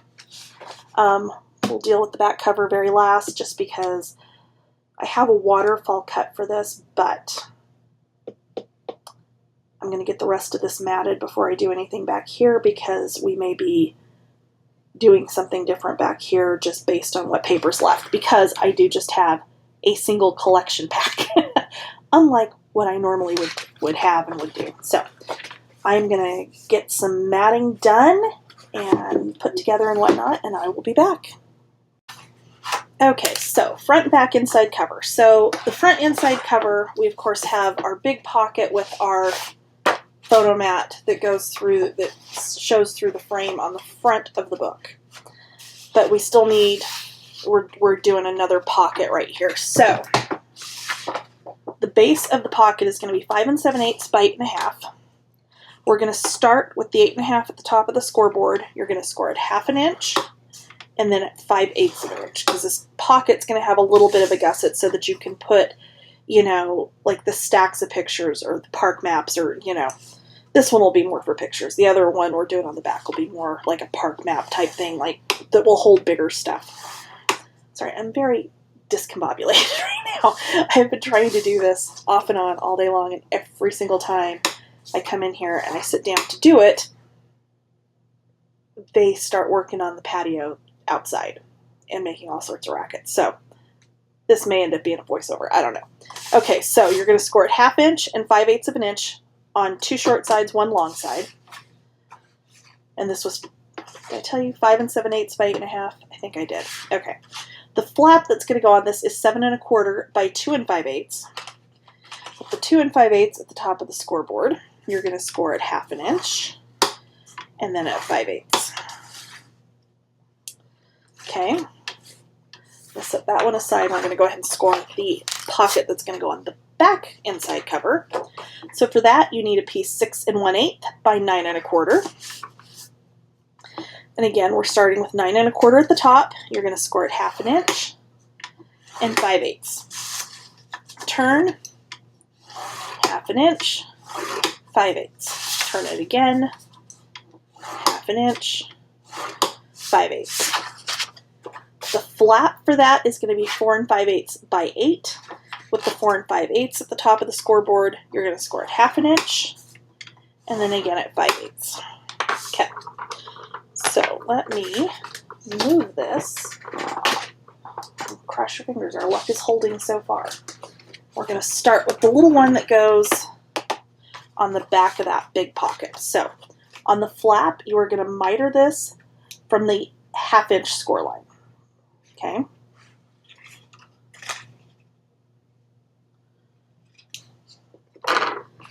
For the main pocket, you are going to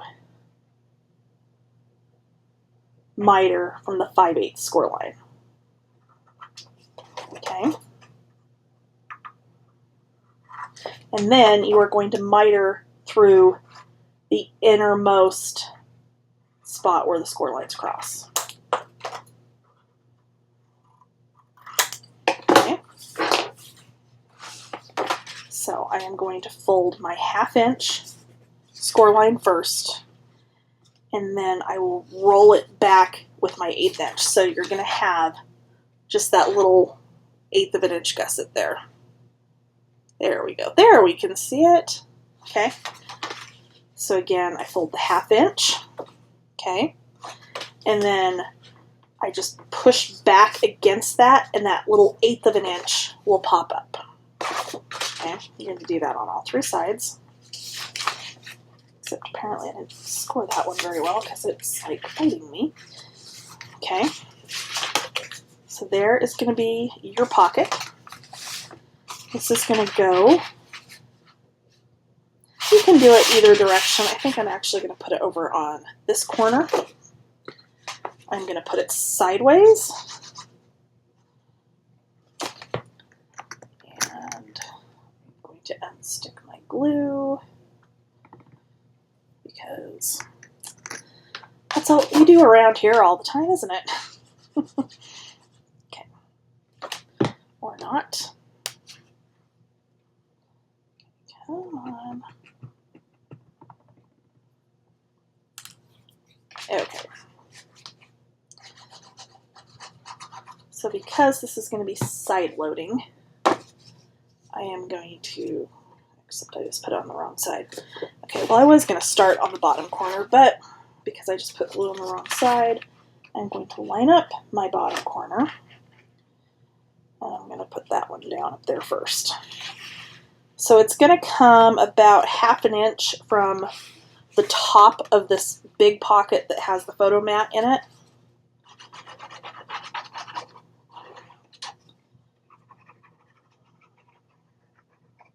And that's fine. Okay.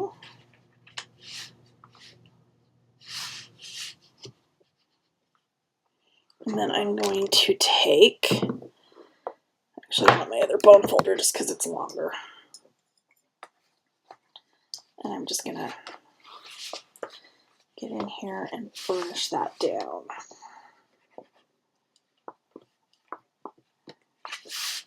Okay.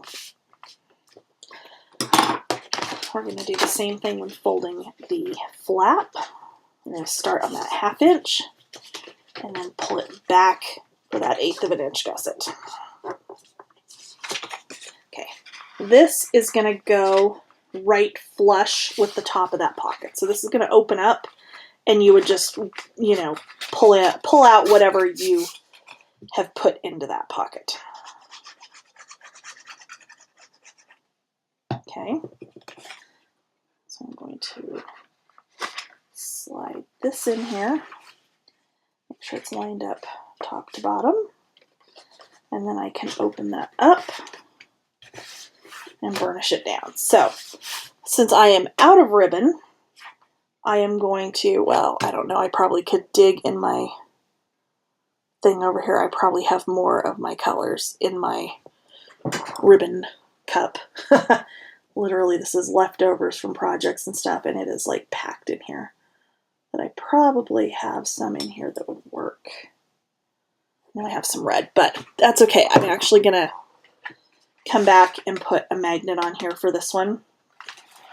Let's go to our back one. We're going to do our top flap first. Okay, so this is the 4 5/8 by 8.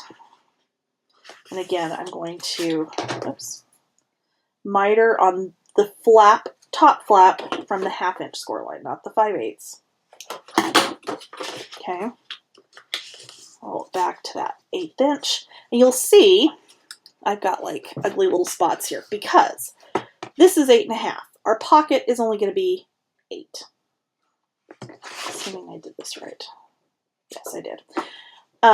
So I did just take 2 little 1/2-inch strips and just mat along those edges, except I screwed up and I forgot to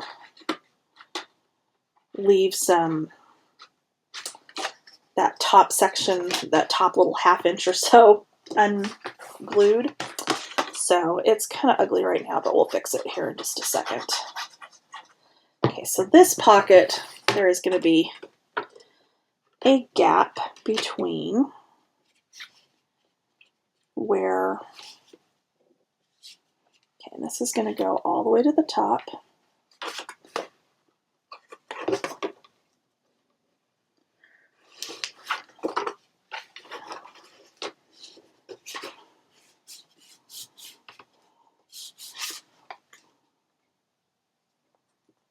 And then I'm just going to fix my little spot here.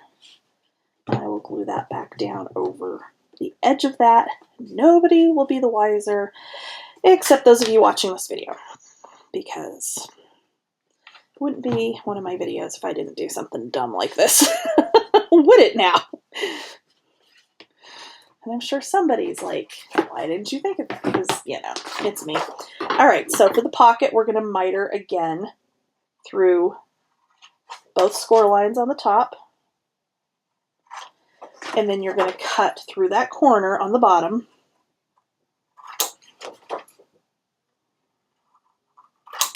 Okay.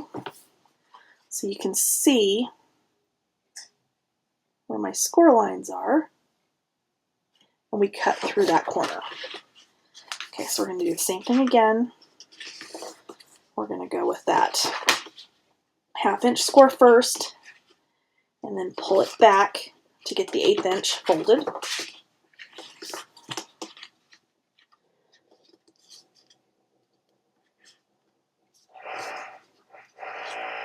And they're working again. Okay, so then I am just going to fold that over. I'm going to make sure this is lined up right underneath it. Initially, I was going to do a waterfall of some kind back here. However, because I have 1 collection pack and 1 sheet each of the matching solids, which if you buy them individually, that's what you would have. If you buy the package of matching solids, you actually get 2 each of each one of those solids. And since their solids are consistent with prior collections, other than the craft was a little bit different. I actually did go dig out the last Echo Park Disney-inspired collection I worked with and grabbed another sheet, or actually not even a sheet, like just some scraps of some of the solids, because I'm afraid I'm going to run out of the solids. But I might be okay. I might just be being paranoid. Because usually I have a little bit more to work with. Not always. And a lot of times I've purchased more to work with because it's a collection I love or something to that effect. Okay, so here's our pocket. And then I'm just going to do a couple magnets on here. If you've got ribbon, fine. Like I said, I'm out of ribbon, so we're going to probably do some magnets on this. But that's about it. So I just need to finish matting this, and I will come back and we will talk about our inserts. Okay? All right, ladies, we're going to make a mess. So as part of my design team package, I got one of the stencils for the Magical Place collection kit. So I'm sure most of you, if any of you make cards, you're probably familiar with stencils. I'm just going to show you a couple of ways you can use them in mini albums. So there's always, of course, the traditional ink blending. So all I would do, and I'm using the Distress Oxide, and these are just out of my stash because I've got a bunch of ink like this. And all I'm going to do is just blend over those stars. And the oxide ink is cool because it will show up on dark paper, okay?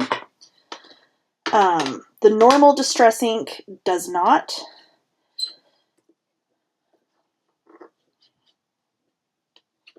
So this is something if you're not wanting to use some of the pattern paper or you're wanting something a little bit different on one of your projects, this is always an option.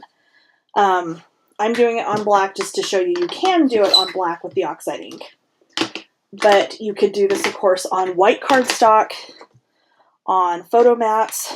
So here we go. So look how pretty those stars show up on black. So how cool would this be? So for the inserts that go in the big pockets in the book, this is 7.5 by 7.5. How cool would this be to take that stencil and go along down the sides of all of these and do stars in different colors of oxide ink? If you've got perfect pearls, if you've got any of that kind of powder stuff, it will adhere to Distress ink, because Distress oxide ink. Distress oxide takes a while to dry. So if you're trying to use this immediately, you probably do want to heat set it if you've got either a heat tool or, you know, like the one little heat tool that's not for embossing, looks like the little blow dryer.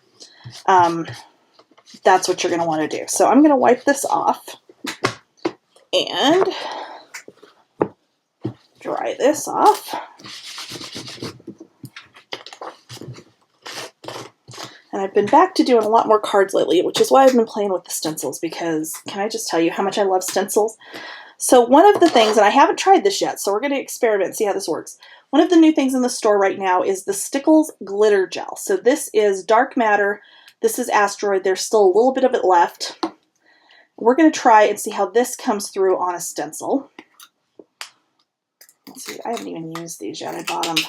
Actually, I didn't realize Tammy was getting them, so I actually bought them a couple of weeks before. Oh yeah, I think this is going to work just like I'm thinking. Okay, so I'm just getting a little bit of this. This is a palette knife, if you are unfamiliar. And I am just going to push that down through the stencil.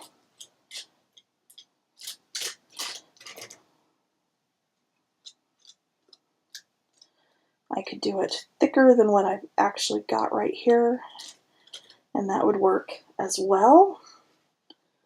Wipe this one off because I'm going to do the other one up on the top corner. Let's do the Asteroid. Yeah, Asteroid, that's this one. Ooh, that's pretty. So shiny! And again, you could do this kind of thing. You could do on colored paper. You could do it on white. You have lots of options. Okay. And this does have like little chunky pieces in it, much like the icing paste, I think it is. I've got some of it over here. I haven't tried it on this one yet. But again, I'm just going back and forth over, pushing that icing, or I'm sorry, the glitter gel down into the holes. And I'm actually going to scrape the extra off of my knife before I put my lid on. Let's see how this one turned out. Just because, like I said, I have not bought the glitter gel before from Stickles, so this was new. Oh, that turned out really cool. Check that out. So again, on your autograph inserts, on photo mats, on, you know, if you're down to using solid colors to map pages in an album or something, how cool would this be to get the stencil that goes with whatever collection you happen to be using, just to stretch your paper that much further by being able to use solid cardstock and stencil something really cool on that. I love how that darker one looks on the black. That is just amazing. Okay, I'm going to set that one aside because I know that will have to dry for a while. And I'm going to go ahead and wipe my stencil off again. Because this is the glitter gel, of course, it's like incredibly messy. I may have to go grab another couple of paper towels, but we'll see.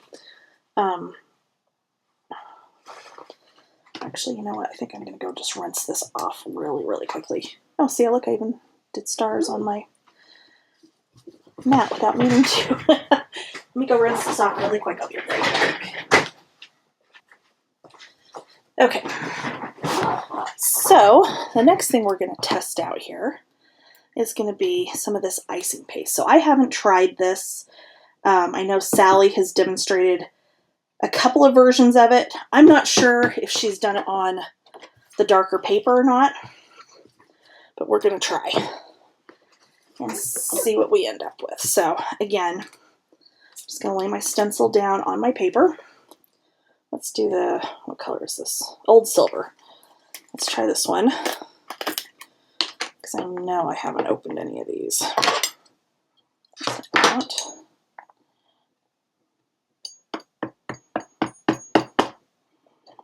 go. Let's open this up. I'm going to get just a little bit of that on my knife. And again,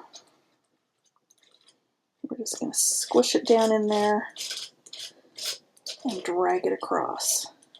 And kind of go back and forth so that, you know, if you're not getting an edge going one way, you're going to get it going back the other way. Okay. There's one. We'll try our other color here because I'm not sure which one I grabbed. What else did I grab? Rose gold. Okay. And I did try this with stencils with one of the icing pastes or the glitter paste or something like that that is in Country Craft Creation shop.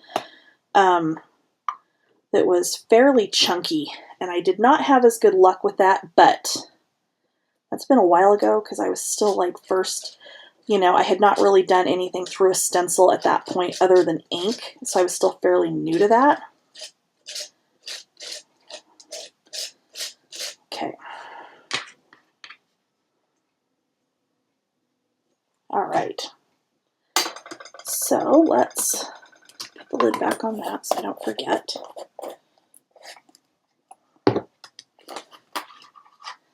Look again. There we go. We've got yet another really neat technique.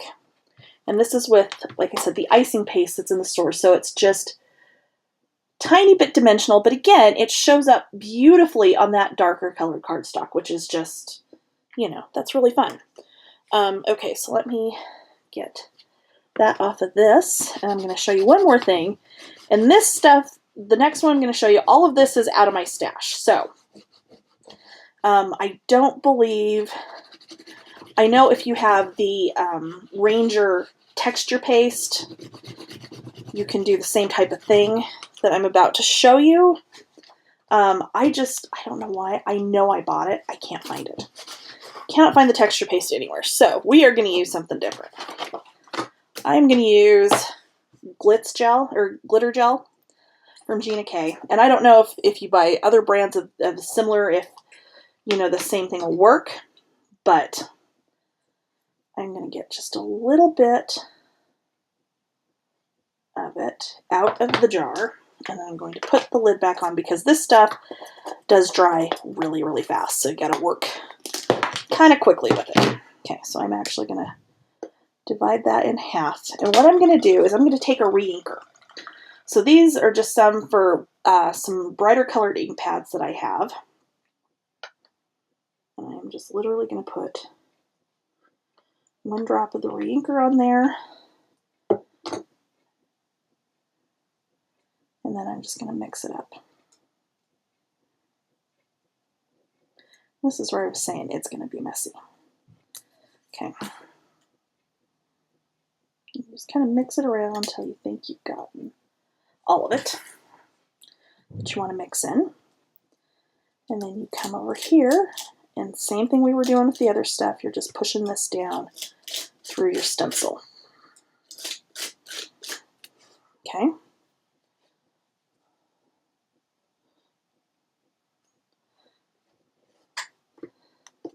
Right.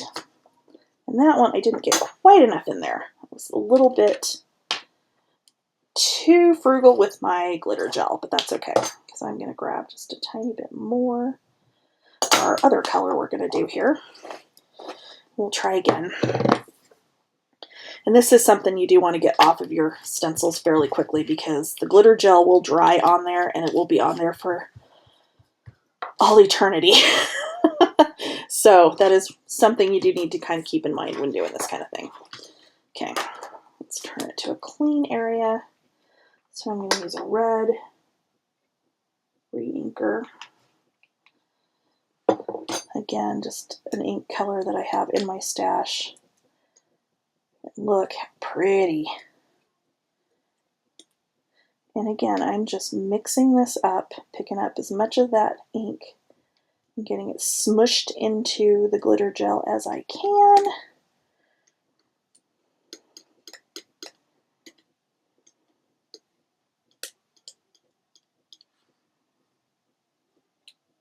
Okay, so this time I'm going to be a little more generous because I did have a little bit more of my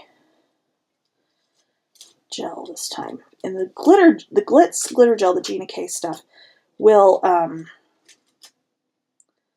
be a little more three-dimensional when it dries, which is really cool. You can actually also put this stuff down on a project like this and just white, let it dry, and then come back, put your stencil back over the top of it, because again, where it is kind of 3D, it will pop up, or you know, you can put the stencil back down on top of it and it'll just kind of drop down.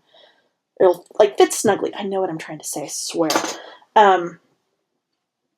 And go back over it with ink and a blending brush and color it that way too. Okay, so that one worked much better. So you can see, hopefully you can see how that's raised up.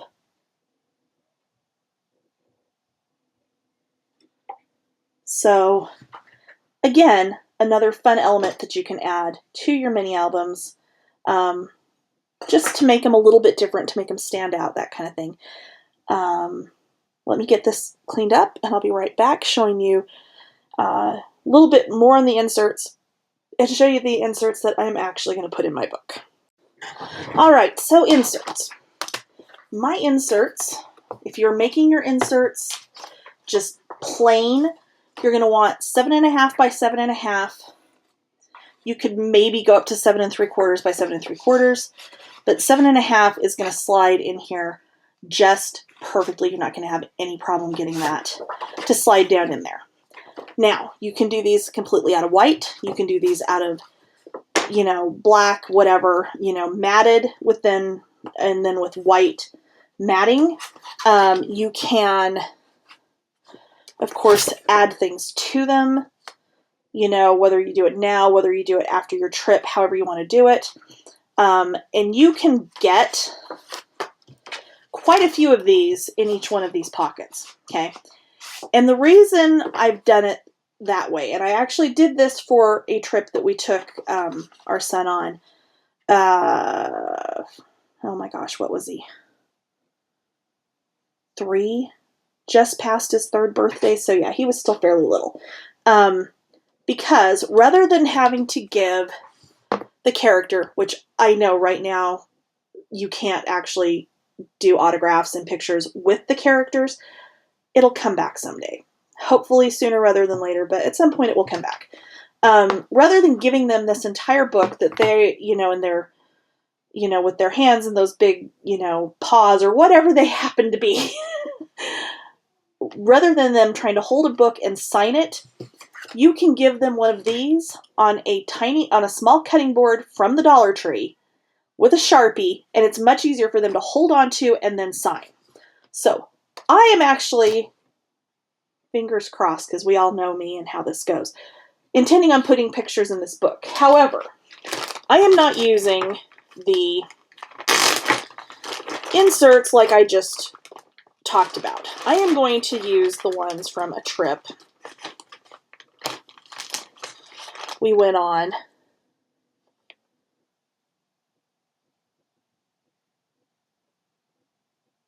What is that from? I don't have any idea. So I will put the file for these in the comments. there's no way I would do these on camera. These, I kid you not, I think it took me about 7 hours to cut all of these little pieces. It then took me about 2 days to piece them together. But this was what I took in a Ziploc bag with a Sharpie, with a little Dollar Tree cutting board with some rubber bands on it to slip these under and hold them on. But I did them for the characters. So when Nick would go up to see a character, he's got Woody's autograph block. So he would take it up there and give it to him and get it signed. Same thing with Minnie. These are all images out of Design Space. And my intention was, I've done these where I could have put them on a traditional 12 by 12 scrapbook page, but that says test on the back of it apparently. Weird. These will fit in my pockets on this book. So what I can do is I've got, the autograph here, and on the back side, I could go ahead and do just a plain photo mat and do the picture of Nick with that character. I have Mike and Sully in here, even though they don't actually sign stuff, but I have pictures of Nick and I with Mike and Sully. We have Jessie, we have Buzz Lightyear, and this was funny. If I can find the video, I'll tack it on at the end of this. Buzz normally has a stamp that he uses when kids have their little autograph books. And Nick went up with this, wearing a Buzz Lightyear. I think he was wearing his Buzz Lightyear t-shirt that time.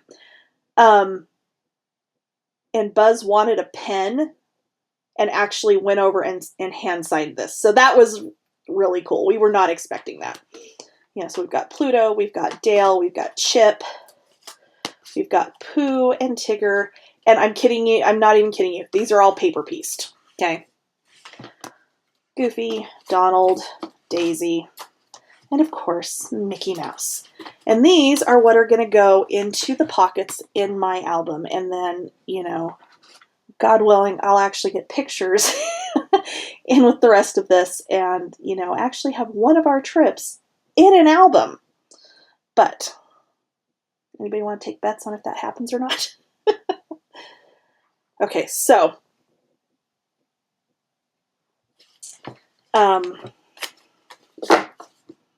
there you go. So that's an option. Like I said, I'll link the files for these. It'll cut all these pieces. You can kind of pick and choose which ones you want. It will take hours. Like, you have to be super dedicated or crazy, which I'm probably a little of both. But I will link that if somebody wants to go to that extreme. Otherwise, you can do just very basic inserts with signature blocks on them. You could do them smaller so you could fit more of them in here. It's entirely up to you. I'm going to go ahead and do a little more, or do my decorating. I've got it matted. We are not decorated yet. I haven't gotten that far yet. But there we go. As always, thank you for watching. Please hit the like button. Hit the subscribe button if you want to get notified when I post new tutorials. You'll want to hit that little bell so that it does notify you. And as always, thanks for watching.